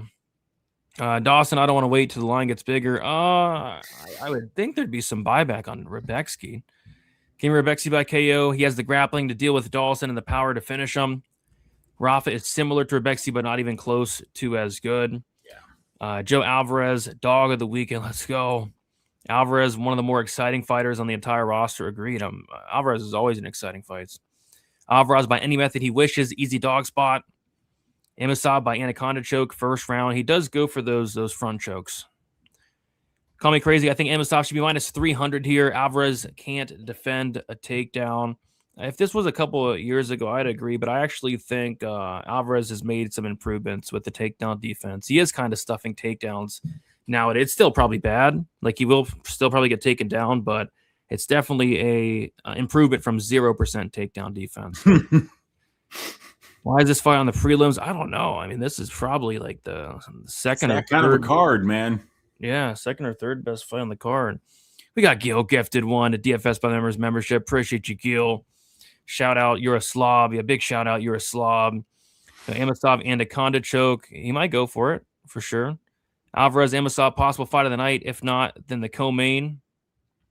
What about cum shot inside the distance at minus 115? I see it nowhere near minus 115. So, yeah, if you got minus 115, let me know where you got that, and I'll be jumping on. But I see like minus 205, I think. Joel looks great and dangerous until he fights wrestlers, and he is fighting one here. So Alvarez is on the prelims for a reason. It's going to be a lot of grappling. I don't know if it's going to be like a boring fight, though. I think it'd be a fun fight. Alvarez broke his ribs in the first scramble in the Armin fight, by the way. Armin got a fluke injury. Yeah, I still think it would have been the same result, but yeah. Very confident in Amosav here. Where is the line, by the way? Amosav minus 185 and Alvarez plus 160. By the way, Amosav opened up plus 330 and Alvarez opened up minus 400. Wow. That's kind of ridiculous. Yeah. That's wild. Yeah, someone got fired. But all right, let's keep moving on to the next fight. It is Ateba Godier going against Ozzy Diaz. We got Godier, 24 years old, 6'4", with his 81-inch reach. Ozzy Diaz, 35 years old, 6'4", with a 79-inch reach. Ateba Godier, 11 years younger, same height, 2-inch reach advantage. Godier 5-0 in his last 5 fights. Knocked out Jose Medina in his debut. Knocked out Robert Valentin in the first round. Knocked out Tristan Vines in the first round, and took Andre Poliev to decision in his last fight. As far as Ozzy Diaz, 3-2 in his last 5 fights. He lost to Zhang Mingyang by knockout in his debut in the first round, and then he beat Jordan Santos the fight after that. So, I mean, yeah, they're clearly trying to get Godier back on track, and by back on track, I mean getting a knockout. I mean, last fight he won it, but it went to decision.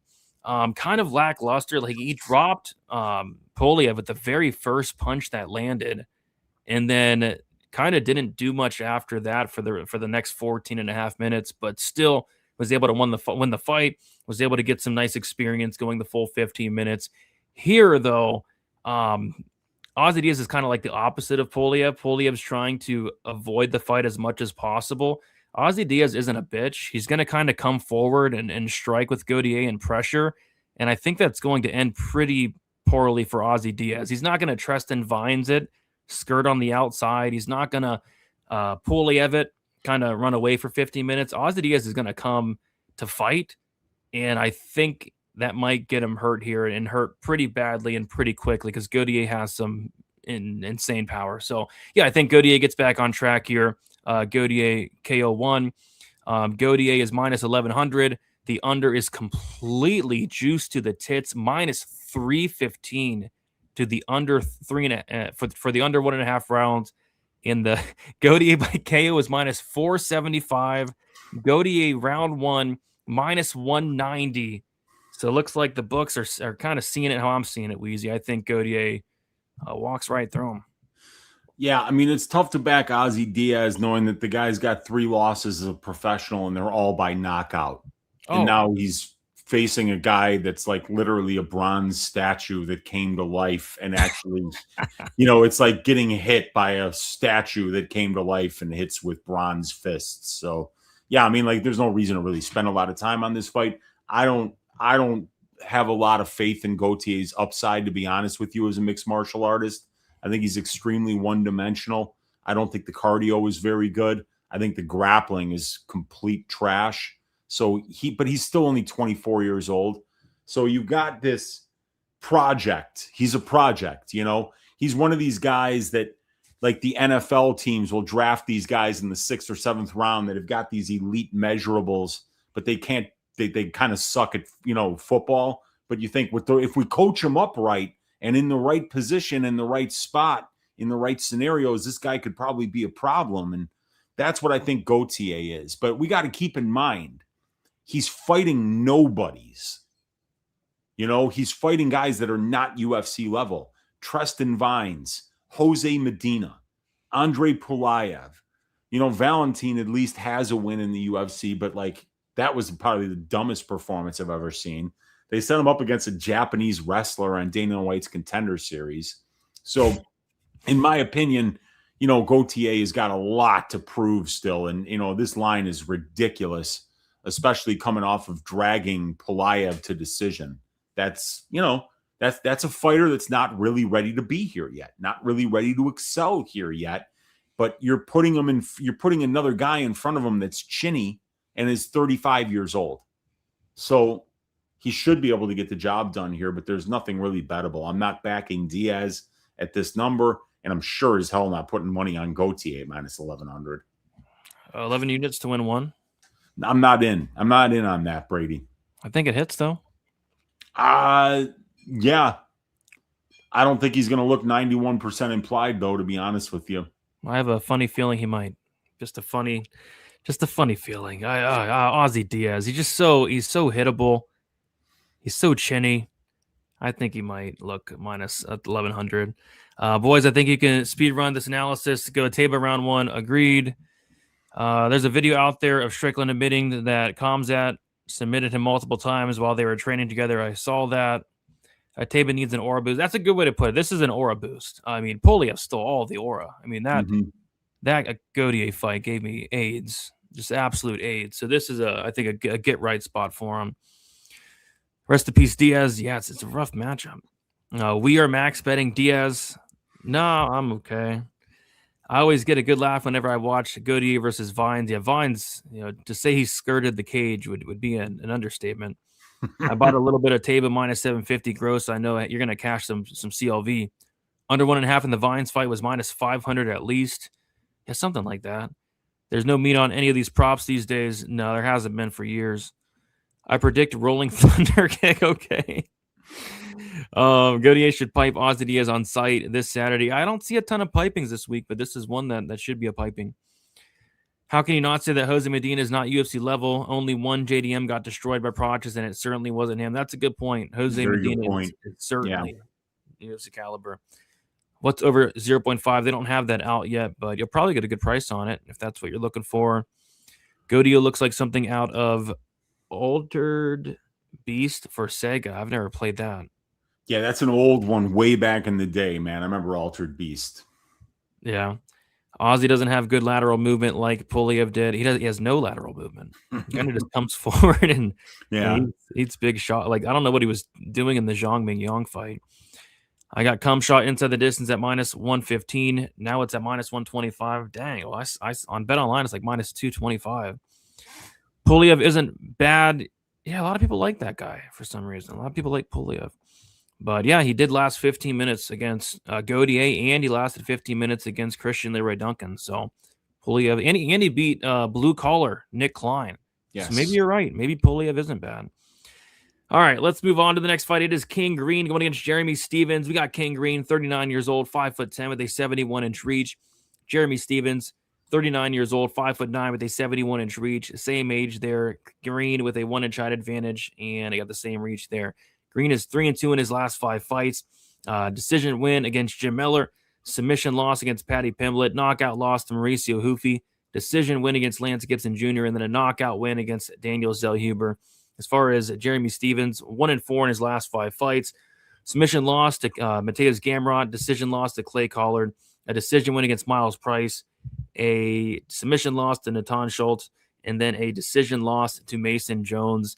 I kind of feel like they should take the Amosav Alvarez fight and replace it with this one. I mean, this is, I don't know what this is. It should be a fun fight. It should be a fun fight to watch, but King Green at minus 325, and no thank you. I mean, it just a couple fights ago, this guy I thought was just completely washed.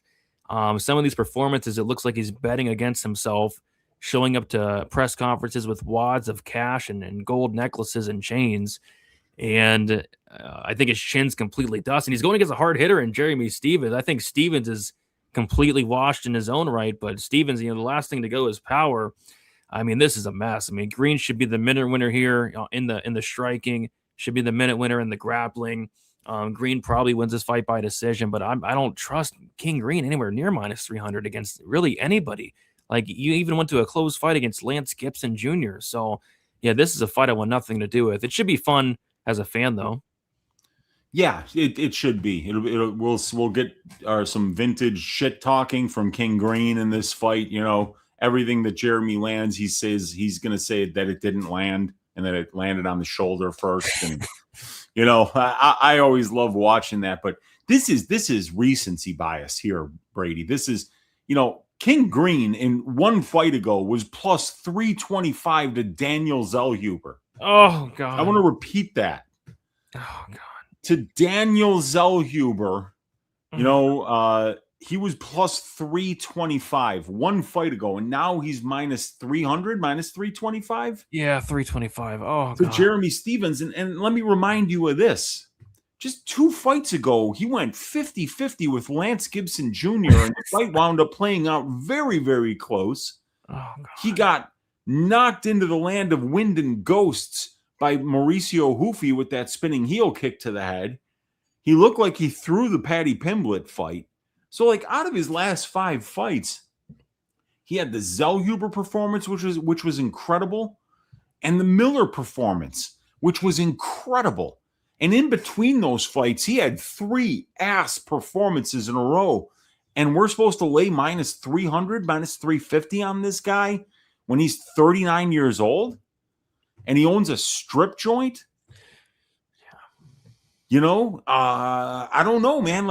He's coming off a great performance, but he was coming off a great performance when he fought Paddy Pimblett and Hoofy and Gibson, and he looked like shit in all 3 of those fights. So probably dog or pass, dude. I mean, Jeremy Stephens, this is kind of a similar fight to when Bobby Green fought Drew Dober.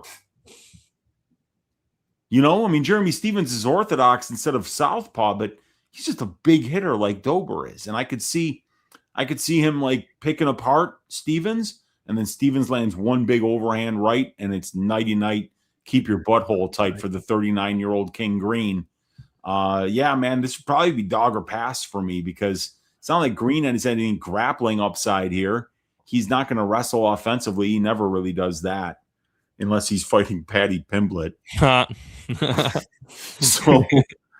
Yeah, man, I think it's Stephens is the money line side, but I wouldn't be surprised at all if Green just went out there and kind of just picked him apart at range for 3 rounds. Yeah, it's so gross. Such a gross fight. Stephens plus 275. Stephens by knockout plus 350. plus 350. Yeah, goes to show you that they think he's got a puncher's chance, and that's about it. Yeah, I would tend to agree. Yeah, me too. Yeah, you can't lay minus 325 on Green. I can't do that. I never want to lay money on Green in general, to be honest. Yeah, I won money on him against Zellhuber. Yeah, that was sweet. He's a big dog. That was a great bet, but laying chalk on Green, like Green has some of the worst fight IQ out there. So yeah, I don't know. I'm not touching this one. Why did Ozzy Diaz sign this contract? I don't Signed know. it twice, dude. He was supposed to fight him a few months ago, remember? Oh gosh, who pulled out of that one? It was Diaz. Yeah. Very predictably, it was Ozzy who pulled out of that one. And then they're calling you again, and you're like, God damn it, please don't let him offer me the fucking Gauthier fight again. I already lied and said I was hurt once, We got a tape of Gautier's available, and you can see him on the phone go, fuck. Yeah, I don't think I'm free. We didn't tell you when the fight was yet, Ozzy. Shit. Oh, okay, yeah. I'll sign. I think he'll pull out this week. At least he should pull out this week. It doesn't get more brutal than this. Green has takedown upside too. If he was smart, I mean, because Stevens' ground game at this stage of his career, it looks like god awful. So if Green had some fight IQ, he would be wrestling, but he doesn't have fight IQ. Yeah, one of the greasiest fights on the card. Yeah, I would say so. I think it's the greasiest fight on the card, Weezy. Either that or the Gordon Miller fight. I think that's another greaser. Yeah, I would say it's the greasiest fight on the card. Jeremy Stevens is 1-8 in his last 9 MMA fights. Oh my goodness, that's not good. It's not good. It's literally not good. A locked-in king is a dangerous king. Is he locked in? I don't know. He's running a strip club. Probably locked himself into his own strip joint. He just sits there making it rain all day with those wads of cash that he seems to walk around with all the time. He loves cash. Don't we all though? Well, we all do. Yeah. We're all like Bobby Green in that way, aren't we, Brady? You got that right. Yeah. You got that right. Yeah, Green did take down. Yeah, he took Zellhuber down 3 times. He took Gibson down, I think, a couple times. So yeah, maybe he wrestles here. When Stevens lands, they don't get up. Yeah, power is the last thing to go. It is. Layup fight for Green. In my opinion, that there's no such thing as a layup fight for Green. But maybe he just makes things harder on himself. He's messing around too much in there. He's not messing around as much as Cesar Kayv, but he's still messing around. Green decision is free. What is Green decision? I think that's the most likely. I don't think he's knocking out Stevens. Stevens is super tough. Green decision is plus 125. Yeah, it's not bad, I guess. Oh, my model loves that, by the way. Yeah, I bet. Yeah, it says that it should be priced around 51%, and that's in a sample size of 14 wins for Green and 10 losses for Stevens in 3-round fights. So, yeah, man, like the decision prop is probably a pretty good look.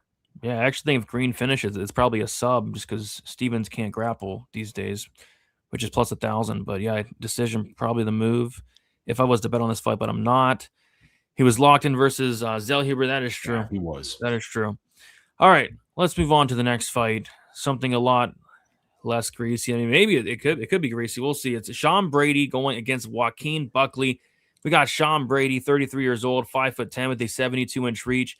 Joaquin Buckley, 33 years old, 5'10" with a 76-inch reach. We got Buckley 1 year younger. We got Brady same height as Buckley, and then it's gonna be Buckley with a 4-inch reach advantage. Brady is 3-2 in his last 5 fights. Knockout loss to Bilal Muhammad. Submission win against Calvin Gastelum. Decision win against Gilbert Burns. Submission win against Leon Edwards, and then a knockout loss to Michael Morales. As far as Joaquin Buckley, 4-1 in his last 5 fights. Knockout win against Vicente Luque. Decision win against Sultan Ruzaboev. Knockout win against Stephen Thompson. Knockout win against Colby Covington. And a decision loss to Kamaru Usman. We got a couple like really similar fights. Doesn't this feel similar to like Sabatini, Gomez, Dawson, Rebecki? Yeah. And then Litz is like, Sean Brady either takes down Buckley and dominates him on the mat or Buckley knocks him out, right? Pretty much, right? I mean, because Brady is a guy my biggest problem with Sean Brady is the fact that he just can't stay healthy. He fought 2 times in 2025. That was the first time he had done that in 4 years, Brady. Think about that. 1 fight a year for this guy. I mean, like, both of these guys have been fighting as a pro for about 11 and a half years. But Buckley's got 28 fights and Brady's only got 20. So Buckley has got a big activity advantage here. He's obviously the better striker in this matchup, but we just saw Buckley in his last fight, which was about 11 months ago, come off getting out wrestled by a very old Kamaru Usman, and it was just easy for Kamaru. Very, very dominant performance there. And Buckley was a minus 250 favorite in that fight. And I'm not exactly sure where Joaquin Buckley is. Long way off coming into this fight. And then when you dig a little bit deeper into the wins, Brady, it's Colby Covington in 2024. It's a meaningless win. The Stephen Thompson KO was a really good performance in a fight that he was losing. If we're being honest, he was losing rounds 1 and 2, and he wound up coming from behind and getting a knockout in round 3. I mean, a little bit of a lucky punch. It was like the third punch in a combo, and Thompson got backed all the way up to the cage. But Thompson's 41 years old during that fight, you know? Then before that, it's Nursultan Ruziboyev, and he has to wrestle him in order to win. And Ruziboyev has 0% takedown defense, so that was an easy win. And then before that, it's Vicente Luque, and Luque admitted that he quit in the fight. So, and then he loses to one of the greatest fighters in all time in Usman. So, I mean, like, Buckley's a bit of a mystery to me right now because, like, the Thompson fight was great. I mean, it was a great performance. He ran through a former champion in Colby Covington. You know, he beat a dangerous guy in Ruziboyev. And he got out wrestled by Kamaru Usman, which Usman's done that to dozens of fighters over the years. So with Brady, I don't really know where he's at either. Coming off of a KO loss. That fight was about 6 months ago. Prior to that, he's on a nice 3-fight win streak over but older guys like Gastelum, Burns, Edwards. I mean, Buckley's younger than all those guys. So this is a tricky one, man. Like, you can make a really good case for both fighters here. You know, you could say that Buckley's the younger guy with the better striking, and that because of those combination of attributes, if Sean Brady's not getting takedowns and keeping him there, and Sean's not the best wrestler. Once he gets you down, then you're going to stay there and be defending submissions and looking to just survive. But if he doesn't get you to the ground, you know, his striking is mid at best, and we can expect Joaquin Buckley to win the minutes and moments while this fight is on the feet. So with Brady, you know, a guy who only spends 52% of his time at distance striking range, but for Buckley, it's 73%. So I think there's some value on the Buckley side here at plus money, but Sean Brady might look minus 400 here if he's getting takedowns in top time against this guy. The question is, does he get it? And the other question is that I really worry about, is he healthy? Because he's never fucking healthy. Even sometimes after these fights, he'll come out and be like, yeah, dude, I wasn't ready to fight. But because he takes so much time off between fights, because he's constantly battling injuries and infections and staph and all this shit, like, you remember all these things that have happened to him over the years. He's had some, like, serious health scares. So I worry about Sean Brady laying juice on this guy, not knowing if he's going to be 100% coming into the fight. I mean, I think we had to wait till the fight to see him in the cage because in that the Morales fight, he showed up with double knee sleeves. Yeah, and then he probably said something after the fight in that one too, like about how he wasn't ready. Yeah, he did. I don't remember what he said, but you know, like he's on a 9-month layoff and the guy's not ready to fight. That's not good in your early 30s, man. You're either healthy or you're not. And a lot of these guys aren't healthy. And Sean Brady's one of those guys. Yep. It's a tricky one. But I feel like whoever wins this fight's probably going to look minus 400. Because Buckley's ground game stinks, dude. Yeah. He has no get-up game. He has absolutely zero get-up game. And Sean Brady is just going to rinse him on the mat if he gets him there. I mean, even if he did have a good ground game, Sean Brady's ground game's elite. And I know Usman's like a legend, but I mean, there was talks that Usman was like walking up the stairs backwards. Walking up the scale backwards. His knees are completely shot, and yeah, I mean, it was domination. So I don't know. We'll see where the line goes, but Brady is currently minus 158. Buckley is plus 138. So maybe the line does come down a little bit. A lot of people liking the under. The over-under set at 2.5 rounds. The over 2.5 minus 120. The under 2.5 plus 100. Fight goes plus 110. Fight doesn't go minus 140. I don't know, man. I mean, Buckley could knock out Brady. Can Brady finish Buckley in the ground? Maybe. Yeah. My model likes the unders a lot, actually. Yeah, that's a 22 fight sample size, too. I bet the under in the Morales fight. No, barely hit, right? Yeah, it did barely hit. But I could also see like a Brady decision. I think a Brady decision's very much in play, just getting takedowns, staying safe on top as well. So I don't know.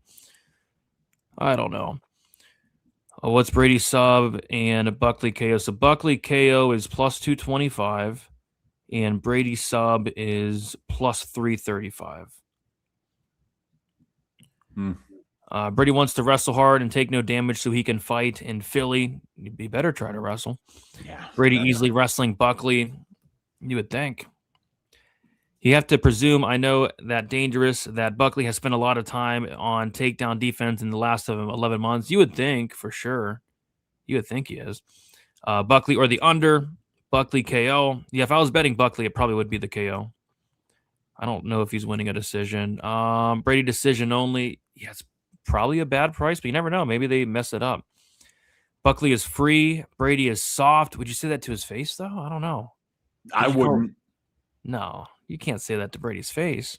I might be like, hey, are you healthy? Because that would be a fair question, but I'm not, if I thought he was soft, which I don't, I wouldn't say it to him. That's for sure. Yeah, I don't think he saw. That's kind of wild to say.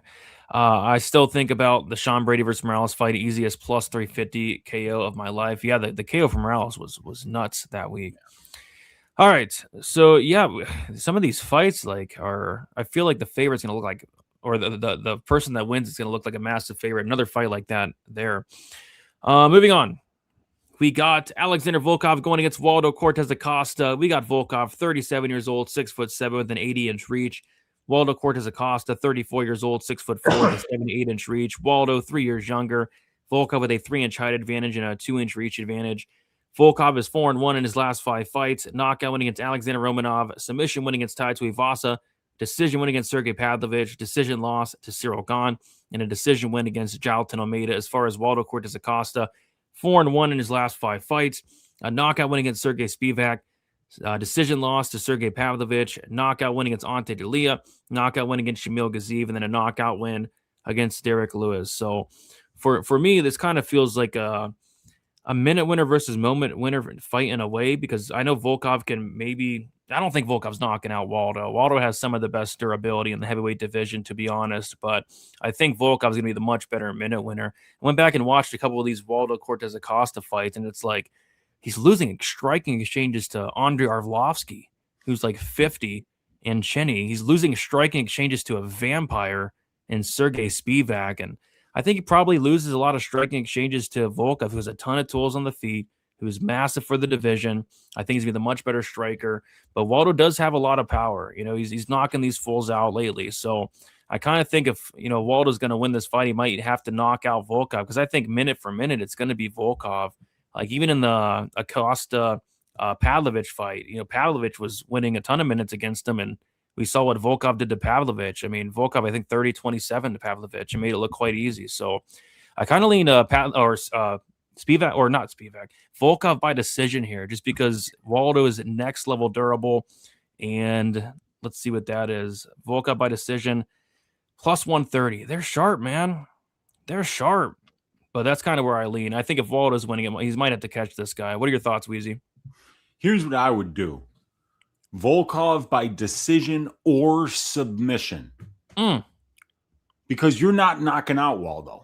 You're not, no. That dude has got an absolute cannonball for a head. You're not knocking this guy out, period. Just get it out of your head. You're either going to take him down and submit him, or you're going to win the minutes. So that's something that I would be looking to play for Volkov this week, because his sub prop will be at least plus 2,000 on the domestic books, and his decision prop is plus 130.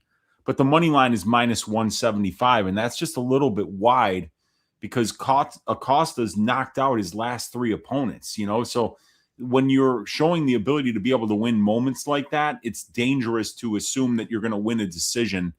But the interesting thing is that Volkov has been grappling a lot in his last 2 fights, whether it was the Jailton Almeida fight or the Ciryl Gane fight.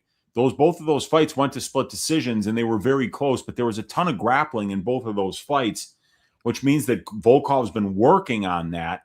He knew he had to work on his grappling for the Almeida fight because he was going to have to be defensively wrestling there. And against Ciryl Gane, he wanted to mix in the grappling to take Gane out of what he does best, which is strike. So I see some grappling upside here on the Volkov side. And while this fight is at distance striking range where he's going to be 3 inches taller and have a 2-inch reach advantage and the better long-range weapons, I think he's got the better tools to win the minutes on the feet. I think he's got some sneaky grappling upside in this fight. So I kind of feel like Waldo's might need a knockout here in order to make this fight closer look like a winner, because I think that Volkov is just fighting at a really high level right now. He arguably won his last 5 fights. I don't know if he won the fight before the Romanov fight, but this guy's fighting at a very high level right now. I thought he beat Gane. And the Almeida fight, a lot of people thought Almeida won that fight. He certainly didn't win that fight. The guy landed 0 significant fucking strikes over 3 rounds. So, he laid on him for a while, but he did no damage. Volkov definitely did more damage in that fight. And I had money on Almeida. That was like a 7-unit swing for me that week. It was fucking painful. But, I'm not going to sit here and say that Almeida got robbed, because he didn't. He fought like a fucking moron. So, Volkov, I think, has got more ways to win this fight. So I'm going to pick him to win, but fading the aura that Cortez Aosta has right now, like that Gaziev fight, didn't he get on a plane like 48 hours? Like, he landed like an hour before he was supposed to weigh in Abu Dhabi. And then he just goes out there and absolutely starches Gaziev, while it takes Perisic like 100 significant strikes to get the dude out of there. So my eyes are open right now with Waldo Cortez Aosta doing some really impressive things and getting some really impressive wins in the octagon. And we want to remember the Spivak fight. We want to remember the Arlovsky fight, where he kind of didn't show some urgency and kind of just coasted and showed bad fight IQ and really the ability to kind of let rounds slip away. But he's starting to flash that moment winning ability, which makes it really hard to fade this dude. Yeah, his power makes 0 sense to me. Like, how do you not finish Jared Vandera? Yeah. How do you not finish Andre Arlovsky? Dude, fucking Dante Mays slept Arlovsky. It makes 0 sense to me. Yeah. And then he knocks out D'Elia, Gaziev, and Lewis. Yeah, the D'Elia fight was bullshit, but he destroyed Gaziev and Lewis. Destroyed them. Yeah. Is he going to do that to Volkov, though? I don't know. I doubt it, to be honest. So, Volkov opened up minus 185, currently minus 175. Waldo opened up plus 160, currently plus 150. And the over's juiced to the tits, minus 230 for a heavyweight over. These books are getting sharp, man. They're getting sharp. Yeah, but I don't lay that kind of juice on heavyweight overs, man. No siree, Bob. I would much rather play the under there, man. Yep. My model likes the unders a decent amount. I bet. They're fairly priced. I bet that's a crazy price for a heavyweight freaking under. Yeah. But man, Waldo has I think he's the most durable heavyweight on the roster, to be honest. So yes. Brady doesn't look like he has that dog in him when things don't go his way. Yeah. I don't know, man. Usman held Buckley down real good. Brady held Leon real good. Yeah. Salsa Boy best underdog on the card. Okay. Take the fight to go the distance. It's free. It's a horrible price though. But yeah, I don't think there's a finish here. But minus 190 for a heavyweight over. I don't know. Volkov should be on a 7-fight winning streak. Agreed. That decision was absolutely terrible, just horrible. Yeah. Waldo has to wrestle or KO Volkov, and I know for a fact Waldo will not wrestle. He's not wrestling Volkov. Waldo's KOs come from his opponents coming in hands down when he's on the fence. Volkov is going to pick him apart at range and not make the blob striker slugfest mistake. And yeah, that's true. I mean, well, Lewis kind of just ate a jab and fell down. That was weird. But yeah, Gaziv came forward hands down, and so did Dalia. Volkov minus 150. I like the Volkov money line. If Volkov would have got the decision against Gone, Volkov would be fighting Alex Pereira at the White House. Let that digest. Yeah, and he should have beat Gone. Volkov by KO. What is Volkov by KO? I don't think it's happening. If Pavlovich can't knock you out, plus 330, and Pavlovich was landing bombs on Waldo, and Waldo was just doing the salsa dance back at him. It was crazy. I've had Volkov, but praying for a Waldo victory. He's been recently sitting down on his shots. Waldo, absolutely. Buckley went to work with Usman this camp. That's good. You know what? I'll tell you. I remember after the Buckley Usman fight. Yep. I was watching something on YouTube, and then on autoplay, sometimes you wouldn't get something that you would normally listen to. And I was doing stats in my office, and what came on autoplay was Joaquin Buckley going on Kamaru Usman's podcast. Oh, wow. After the fight, talking about like, I didn't think that my wrestling needed that much work. This is something I need to work on. Buckley was saying all the right things there. He was like, congratulations, Kamaru. That was phenomenal wrestling. Me getting that loss really showed me what I need to work on. And I think he's healthy. Like, I don't think Joaquin's pulled out of any fights. And there's 11 months between fights. So you got to believe that he probably has been working with Usman, probably has been working on that takedown defense. And we could see a big improvement from him because he's already a guy with some natural athletic gifts that he can go to. Yeah, I mean, you would hope he's definitely working on it. And I'm sure he has for sure. So that's good. Working with Usman, smart. All right, let's move on to the co-main event. Before we do this, if you guys have not already, be sure to smash the like button for us and check out our sponsors. Go check out Underdog. Go get yourself a $50 bonus when you play your first $5 with code DFSBTN. And go check out Big Steve over at the Big Brain Discord. Link in the description below. Shout out to the sponsors keeping the show alive. And shout out to everybody hanging out tonight with us on a Monday night. All right, let's move on to the next fight. It's the co-main event. Joshua Van going against Tatsuro Tyara, a fight that was supposed to happen last month, and then there was just a random Joshua Van pullout, and nobody knows why. So if anybody knows why, let me know in the chat. But as far as I'm concerned, it's top secret because I haven't heard anything about it. But he's back a month later.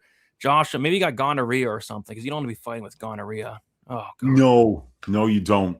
Yeah, so you probably don't want to be doing anything of substance with gonorrhea, Brady. Believe me. So maybe it was like gonorrhea. That's what I'm going to go with. So Joshua Van, 24 years old, 5'5" with a 65-inch reach. Tatsuro Tyara, 26 years old, 5'7" with a 70-inch reach. Van, 2 years younger. Tyara with a 2-inch height advantage and a 5-inch reach advantage. Van is 5-0 in his last 5 fights. Decision win against Cody Durden and Ray Saruya. A knockout win against Bruno Silva. A decision win against Brandon Royval, and then a knockout win against Alexander Pantoja. As far as Tatsuro Tyara, 4-1 in his last 5 fights. Knockout wins against Carlos Hernandez and Alex Perez. A decision loss against Brandon Royval. A submission win against Sung Hyung Park. And then a knockout win against Brandon Moreno in his last fight there. So, yeah, Weezy, I'm looking forward to this one. 2 of probably my favorite flyweights, to be honest. I'm a big fan of both guys. Maybe a little bit less of a fan of Joshua Van now after his he's kind of rubbing me the wrong way. Like in these interviews, he's saying like Pantoja is a black belt. He should learn how to fall. Like it was a freak accident, dude. Like shut up, man. But I love his style. Outside of that, I love the style of Van. Elite volume, elite cardio, elite pressure. This guy is going to cash a ton of 3, 4, 5 props in his career. Only 24 years old. A ton to love about Joshua Van. As far as Tyara, this guy's only 26. I think the ceiling's the limit for both these guys. Tyara has some of the slickest grappling in the UFC. His striking's coming along. He's flashing power. The wrestling's coming along. His back takes are out of this world. I love both these guys quite a bit. So it sucks that one of these guys got to lose, Wheezy, and hopefully this fight takes place because again, Van had to like randomly pull out. I really want to know why he had to pull out, but I don't know. What are your thoughts on this co-main event, though? Can't wait, man. Can't wait. You know, Tyra's going to need to get this to the ground. Van's going to try to keep this standing. And Van's a tough guy to take down because he's another guy that's built like a bowling ball. You know, there's just not a lot of length there. His legs are like tree trunks. So we saw in the Ray Saruya fight against a really crafty grappler / wrestler, you know, another Japanese guy like Tyra, and he was able to just stuff those takedowns. And I mean, he's been doing such a good job of that. The Durden fight, the Saruya fight, he didn't let Bruno Silva have any success. Even Brandon Royval is a guy who, if he can get his grappling going, I mean, he can win. And Royval didn't even try against Josh Van. And then he, you know, like Van beats Pantoja. There's the arm injury. But it's not like this guy hasn't been out there against phenomenal grapplers. All 5 of his last 5 fighters are either state champion wrestlers, you know, or black belts in Brazilian Jiu-Jitsu. Every single one of the last 5. And he's 5-0 in those fights. You know, so you kind of have to go back to like watch him fight that dude Jackson on the regional scene to actually see him get rinsed by a grappler and give up minutes and moments. Even Felipe Bunis had a little bit of success in round 1 against them, but people aren't having grappling success against Josh Van. And he does all the right things on the feet because he's not tall and long for the division. And he's not particularly good defensively. Like, this guy never moves his fucking head and he just walks forward into range. So you're going to see some people be able to knock this guy out. And Tyra's got some power. And Josh is also going to have to worry about the threat of the wrestling because if he gets taken down by Tatsuro, your round is over and maybe the fight. So that's going to be very tricky for Josh. He's going to have to, every takedown attempt, he's going to have to take very seriously. And he's got to make sure that he never shows this guy his back. You just cannot give up your back to Tatsuro Taira because he's out there, you know, like guys like Carlos Hernandez is a really good grappler. Alex Perez is a really good grappler. Hyun Sung Park, known for his grappling. Brandon Moreno, Brazilian Jiu-Jitsu black belt, former champion of the division, never been knocked out. And Tatsuro takes him down, mounts him, and gets him out of there with ground and pound. So, you know, the consequences of going to the ground with Tatsuro Taira are very, very dire. So Josh is going to have to make sure that he keeps this fight standing, that he's able to do more damage on the feet. And Tyra is going to have to sell out to get it to the ground. And I haven't finished writing up this fight yet. It's the next one I'm going to write up, but I don't know who's going to win. Yeah, I mean, I guess it all comes down to whether or not Tatsuro can get this fight down to the ground, get to a dominant position, you know? Yeah, and I think that he can. I do think that he can, but some of these guys that he's getting takedowns against, like Hyun Sung Park can't stop a takedown. You know, Brandon Royval can't stop a takedown, and he lost to Royval. So, yeah, this is a tricky one, you know, but I like, there's a lot of things I like about Tyra, and one of my favorite rounds of Tyra was round 3 against Brandon Royval because he almost gets finished by Royval a couple different times in that fight. And it looks like he's completely out of gas. And then at one point, Royval overswings near the end of the round. Tyra mounts him, takes his back, and almost rear naked chokes him in like the only round where we've ever seen Tatsuro Taira in the UFC undergo any kind of adversity at all. And he almost finished at the end of the round. I mean, this kid is unbelievable. And I think that the striking exchanges are going to be a lot closer than what people think. I think Tatsuro Taira's striking is getting leaps and bounds better with every fight. And Josh Van being so poor defensively, I think we could see, you know, Tyra spark him with a couple shots, potentially get a knockdown or land a big enough shot where he could set up an easy takedown to get to a dominant position. And then Josh is going to be holding on for dear life if this guy gets to a dominant position on him. Yeah, I think that's something people are gonna like miss in this fight. It's like Van's been hurt a lot. Like he got hurt multiple times against Edgar Chairez. He got. I mean, Charles Johnson killed him in the third round. So, so yeah, And Royval almost had him out of there. I mean, Tyra out of there. I mean, I'm sorry, but Royval landed how many significant strikes on Josh Van? 160, 170? 215. What? Yeah, 215 significant strikes.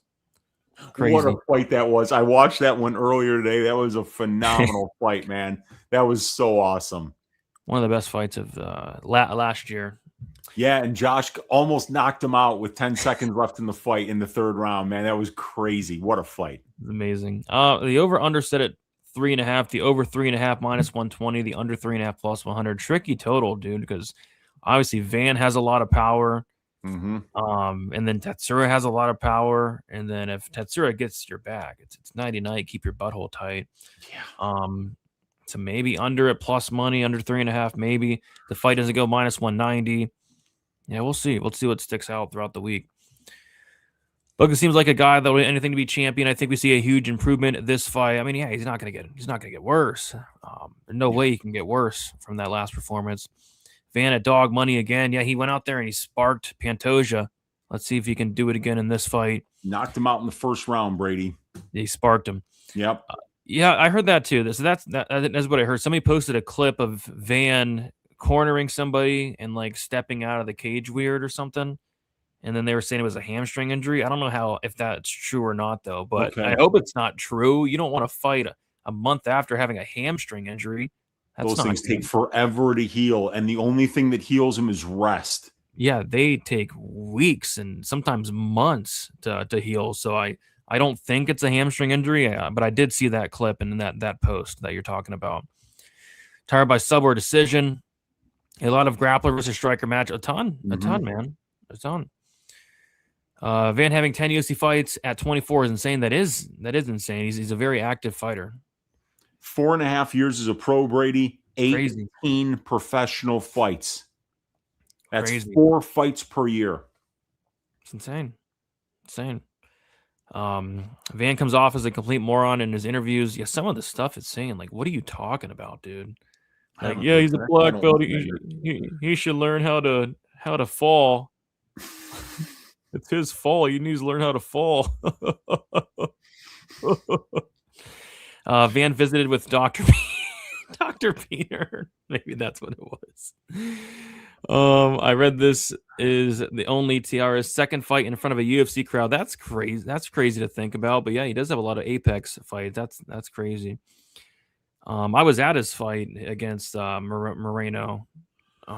He just TKO'd him. Probably a bad stoppage, but still, that was crazy to see.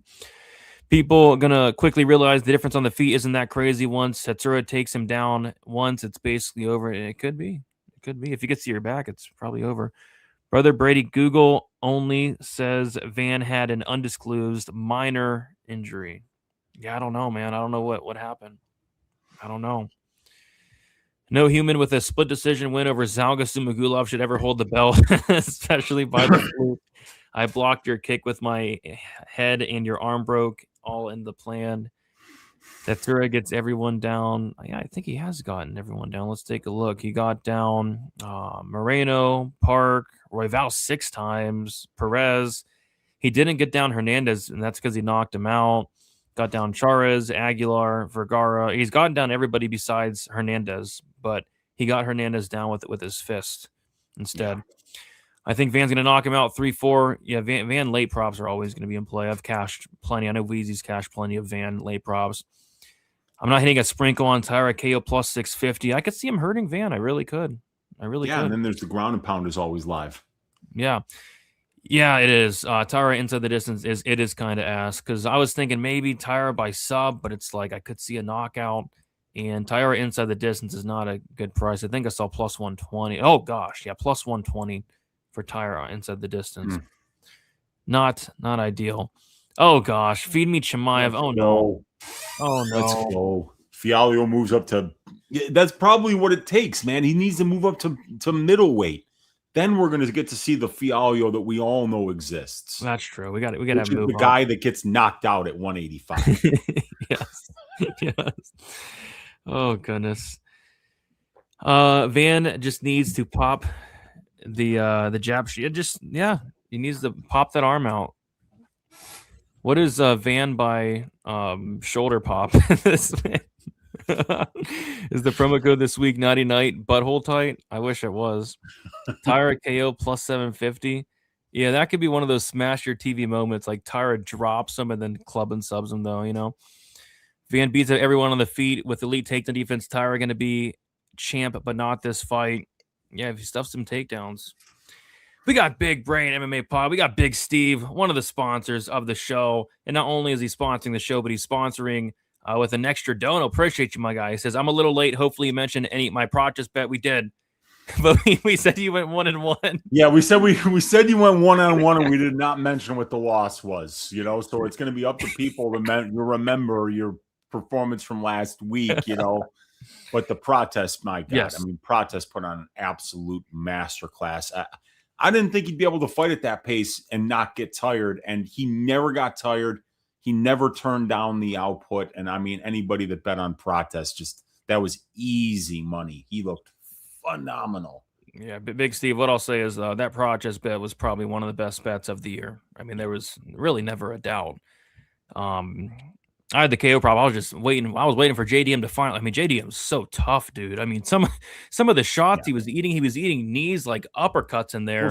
Flush knees to the face. He ate like 3 or 4 of them. It's like go in the leg kicks. It's like go down, dude. Please, please go down. And then the ref would stop the dang fight. It's like, jeez. But yeah, I don't know who Tai Tuivasa is either. I don't. Yeah. All right. Appreciate you, Big Steve. All right. Let's move on to the main event. We have a very intriguing main event here. It's Khamzat Chimaev going against Sean Strickland. We got Khamzat, 32 years old, 6'2" with a 75-inch reach. We got Strickland, 35 years old, 6'1" with a 76-inch reach. We got Chimaev, 3 years younger, 1-inch height advantage and a 1-inch reach disadvantage. Chimaev is 5-0 in his last 5 fights. Decision win against Gilbert Burns. Submission win against Kevin Holland. Decision win against Kamaru Usman. Submission win against Robert Whittaker. Decision win against Dricus du Plessis. As far as Sean Strickland, 3-2 in his last 5 fights. Decision win against Israel Adesanya. Decision loss to Dricus du Plessis. Decision win against Paulo Costa. Decision loss to Dricus. And then a knockout win against Anthony Fluffy Hernandez. Still can't believe that. I mean, I'm a huge Fluffy fan. And that was a great performance from Strickland. But Anthony Fluffy Hernandez attempted 0 takedowns. It says he attempted 1. No, not really. I mean, I didn't see him attempt a takedown. Weezy, I have a feeling Chimaev will attempt a takedown here. Yeah. My feeling. In about 10 seconds, he's going to attempt one. Yeah, maybe 5 seconds. What are your thoughts on this main event? It's an intriguing one, but we have Khamzat as a minus 650, minus 600 favorite right now. Yeah, it's pretty crazy, man. Like I wrote in my Discord. Here's some. Check this out, right? Sure. I wrote this. Here's a wild stat on Khamzat Chimaev. If you throw out the Gilbert Burns fight, because he had 9 UFC fights. So if you take that Burns fight and you take it off of his stats, right, that leaves 8 UFC fights. He's never absorbed more than 36 significant strikes in a fight, not once. And in 7 of those fights, this fucking guy has not absorbed more than 2 significant strikes. Crazy. 7 fights, and he either absorbs 0, 1, or 2 significant strikes. And, I mean, like, when you throw out the Burns fight over that sample size of like 90 minutes of UFC octagon time, Khamzat Chimaev is absorbing 0.89 significant strikes per minute.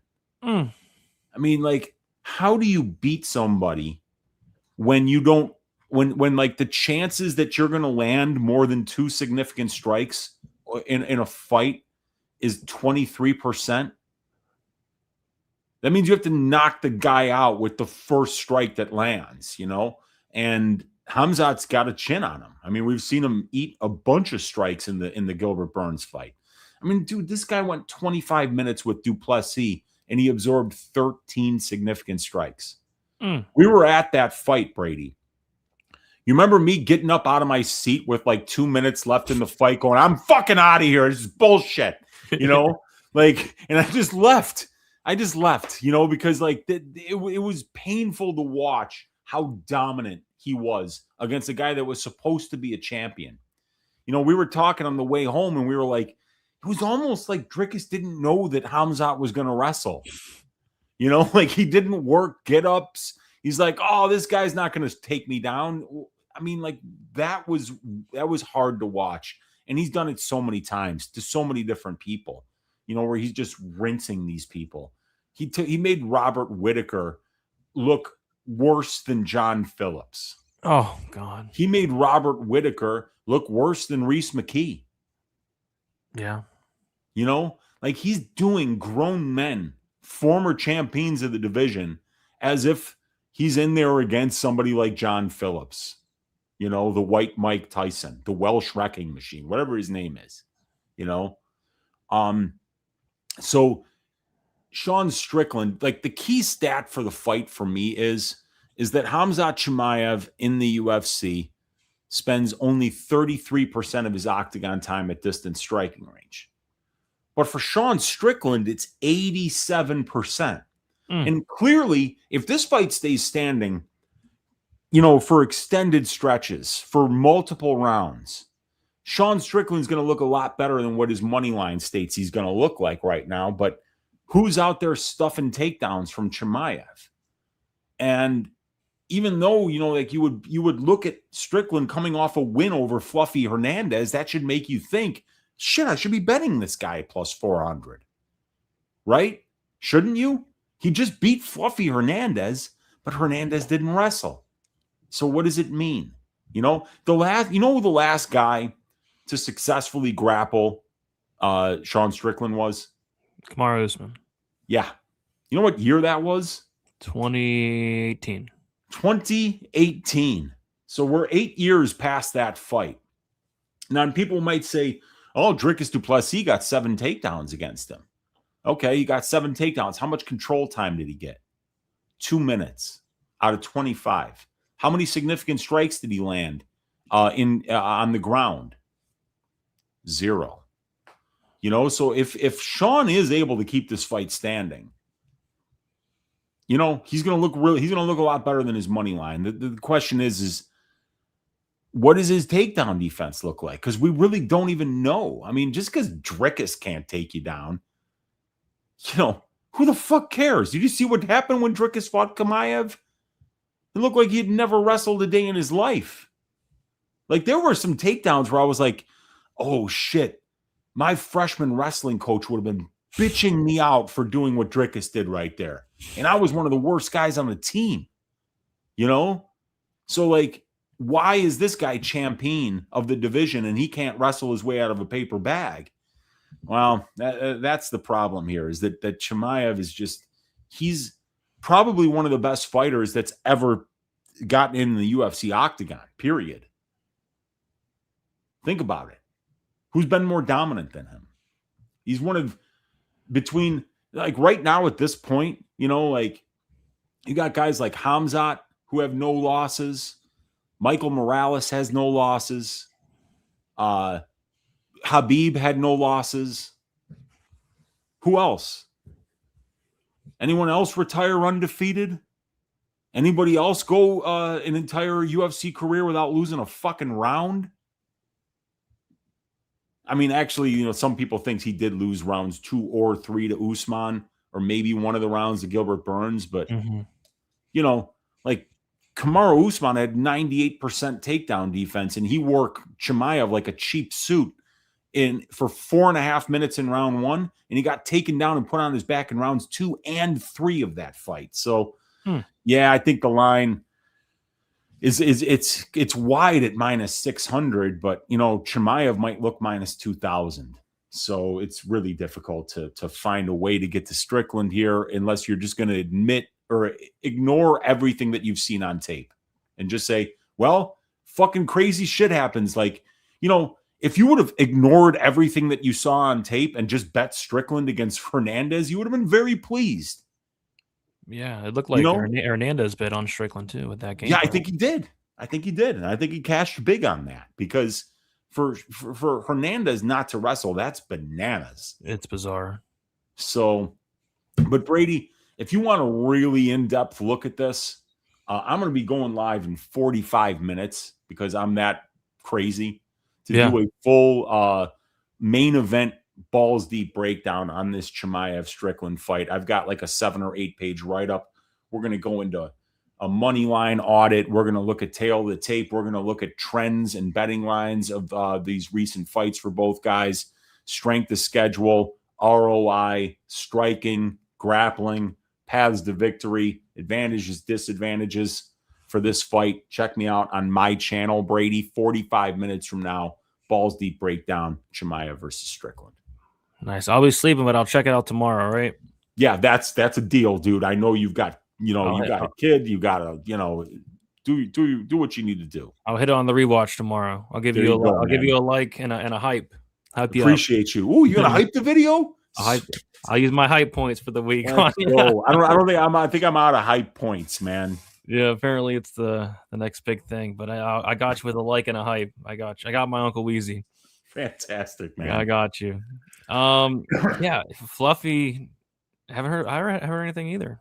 He never came out and said like there was an injury. I could have swore he was gonna come out and say like, yeah, I was injured. Nothing, not a peep. Yeah, but he was injured. Like he had to pull out of a fight before that fight. Yeah. And I was talking with some guys in the know who were talking about like, yeah, he's definitely injured. He says he's okay now, but I mean, if he goes out there and doesn't shoot takedowns, he's not okay. Yeah, I couldn't believe my eyes watching that fight. But Strickland said 4-5 KO on him, so why not sprinkle? I've seen crazier things. Even DDP had his moment in round 5. He did. DDP did have a moment in round 5 where I was like, whoa. Hamzat would destroy Prime Adesanya. Yeah. Oh, that would be it would be disgusting, man. Yeah, it'd be bad. I had Strickland for plus 1,200 decision against Izzy. How is Sean decision only plus 800 now? Oh, the decision's only plus 800? Yeah, it's 800, 850 or something like that. I really hope Strickland pull this off. Great takedown defense, but will it be enough against Chamay? I don't know, man. I don't know. Also, don't forget that these guys have sparred, trained together before. Yeah, that's the big narrative going around town this week. That apparently Chamay got the better of him in training, but Drickus, don't Ronda Rousey me. Hopefully he doesn't.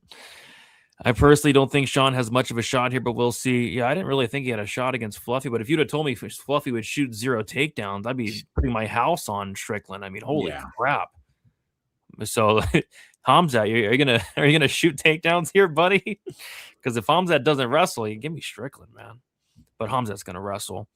Hamzat however he wins. Sean is getting milked. It could be milking of the week. We'll let you guys vote. Last week you guys killed it with Wes Schultz. That was a great call. See if you guys go get it again. Chimaev looked human against Burns and Usman. Yeah, he did. Anybody see what Khalil said about Chimaev going to 205? I've not seen what Khalil Roundtree said. Hamzat round 2-3 or 1-2 sub. My question is, does Hamzat fight again this year after this? Absolutely not. He likes to take better, dude. He likes to take his time off. Even this is like a pretty quick turnaround for him. Yeah, what is it exactly? It is because it was August, right? So it's like bordering on 9 months. That's a quick turnaround for Hamzat these days. These days it is. Remember when he would do it on 9 days? Yeah, exactly. Yeah. I remember when he used to be like a guy that you couldn't keep him out of the cage, and now this guy is he's a likable dude, isn't he? Yeah, sure is. I never stopped crying about not fading Fluffy there. Yeah, I wish I bet Strickland there. I mean, whoever bet Strickland there probably was loving it. Like, oh my gosh, that would have been a phenomenal bet. Who we picking, boys? I'm assuming me and Weezy are both going Chimaev. Yeah. Chimaev over 4.5 take. Is it really set at 4.5? That's a lot. That's a lot of takedowns. We'll touch on some underdog pretty quickly here, guys. Sean gonna get his cheeks clapped. Oh gosh. All right. So we did it. We're almost 2.5 hours in. What we're going to do is we're going to do the milking, we're going to do the piping, and we're going to talk some underdog. So let's start with the milking, and I'm going to get a poll set up. Weezy, you're gonna pick 2 fighters. I'm going to pick 2 fighters. We're going to let the chat vote. Last week, the chat went with Quillen Sal killed the pipe. I don't know. Denny Dariush on site. Typo. That's what we want out of a piping. That's a piping. Yeah. That is a piping. Benil Dariush got piped on site. So yeah, props to you guys. You guys nailed it. Now we got to find a piping for this week. Wheezy, what is your first option for a potential piping this week? Okay, I'm going to give you guys an underdog one here, and I'm going to go with Mateusz Rebecki to pipe Grant Dawson on site because we know with that crystal chin, it only takes one. Of course, you picked the guy with the toughest name to spell. Mateusz. Mateusz Rebecki. Just it's phonetic. I think I got it. All right, so you're going with an underdog piping. Yes. All right, I'm going to take the free square, if you would. Just give me a Taba Godier. Yeah. Why not? And then let's see. I will go with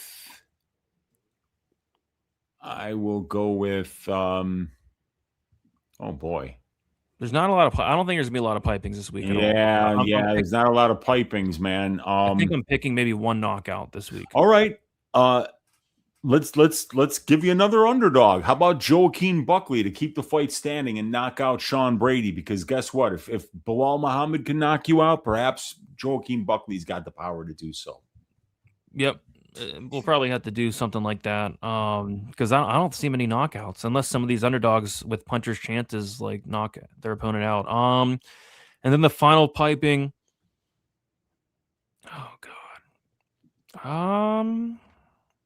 Maybe Joel. I'll give you another one. Joel Alvarez, maybe by piping. Yeah, there we go. I like that. We're giving you some underdogs because guess what? In the milkings, a lot of the grapplers are favorites. Sean Brady's a favorite. Khamzat Chimaev is a favorite. Amosav is a favorite. Dawson's a favorite. Tatsuro Tyra's a favorite. Sabatini. Those are 6 grapplers that are all favorites. So, like, a lot of the pipings are probably going to be the grapplers who don't get the grappling game going this week. Yeah, that's what we're probably looking at there. So yeah, you guys go ahead and vote on the piping of the week. Mateusz Rebecki, underdog. Joaquin Buckley, underdog. Joe Alvarez, underdog. Taba Godier, not an underdog.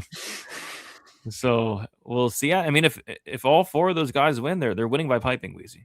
Alvarez has a 100% finish rate. The Luque fight, he knocked him out twice. Buckley clearly has a ton of power. And then Rebecki, if he's winning, it's probably Grant Dawson's chin failing him. So yeah, go ahead and vote on the piping of the week. And then while they do that, Weezy, let's talk about the milking of the week and get these milking options ready. So go ahead and type your options there, or what's your I ain't typing shit. Yeah, don't type it. Pat Sabatini to milk William Gomis would be one of my first choices. All right, Pat Sabatini. Let's see here. I like that. I like it. I'll go Grant Dawson to milk to Mateusz Rebecki. Yep, that would be a potential milking, just like Khamzat Chimaev to milk poor Sean Strickland, because like you get the feeling that all this crazy shit that Strickland is talking right now is just like that they'll hopefully suspend him and he won't have to get into the cage with this guy. Yeah. There's a couple options. Like I can go Tetsuro Tyara or I can go Sean Brady for the last slot there. They're both great choices. Sean Brady or Tetsuro. They're both gonna milk if they win. I'll go Tetsuro Tyara. But Sean Brady was another option. All right, so those are the milking options there. Khamzat, obvious choice for potential milking. Sabatini. Yeah, it's one of those weeks where it's like, okay, there's either going to be a milking in this fight or there's going to be a piping. It's one of those weeks. It's kind of crazy. Cesar Kayv isn't piping shit. He's going to smile the whole time. We're not giving Cesar Kayv. Cesar Kayv, he should pipe, but he's gonna smile and laugh during the fight. Oh gosh. Sean could pipe on site. if he's armed, if they allow him to bring in a weapon, potentially, yeah. All right, so let's go to the piping poll, and it's not really close, Wheezy. It's not really close at all, Okay. actually. In fourth place, Mateusz Rebecki, 7%. In third place, Joe Alvarez, 11%. In second place, Joaquin Buckley, 18%. In first place, Ateba Godier, 64%. I have a feeling they're going to get that one right, Wheezy.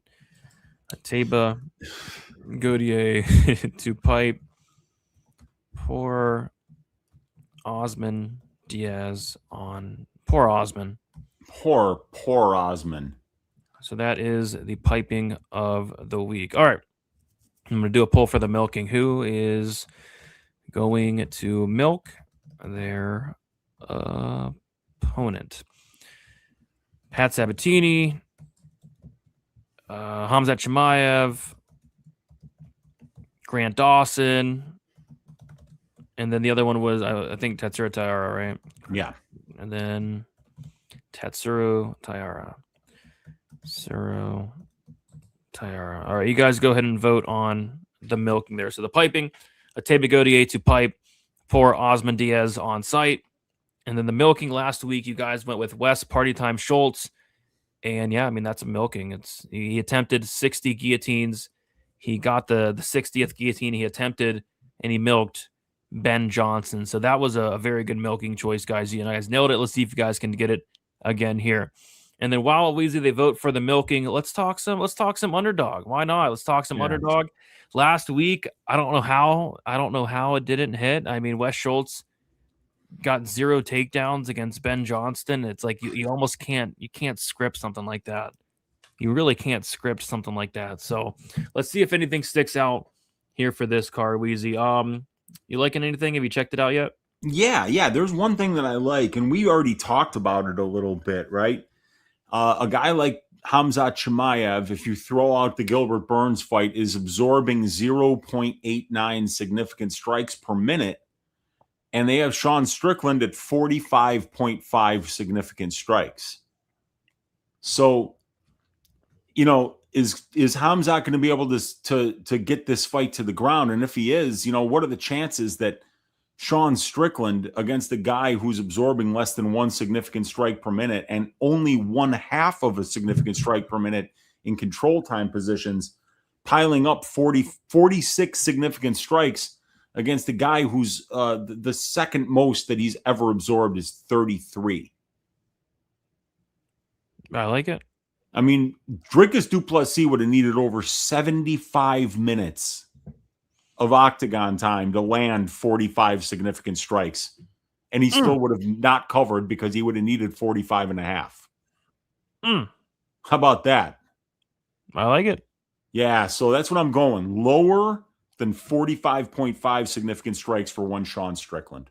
And I'm going to take an easy one here. It's not the best price, but Ateba Godier lower than 7.5 minutes. Sure. I mean, I doubt Osman last even a couple minutes, so I'll take that. The Godier lower on minutes of fight time.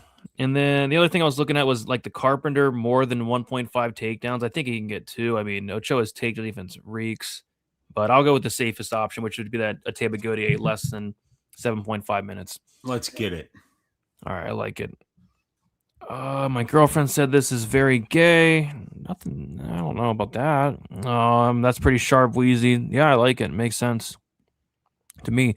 My favorite UFC fighter is Tristan Vines. He's really good at skirting the cage and then dying. Defensively responsible. He is.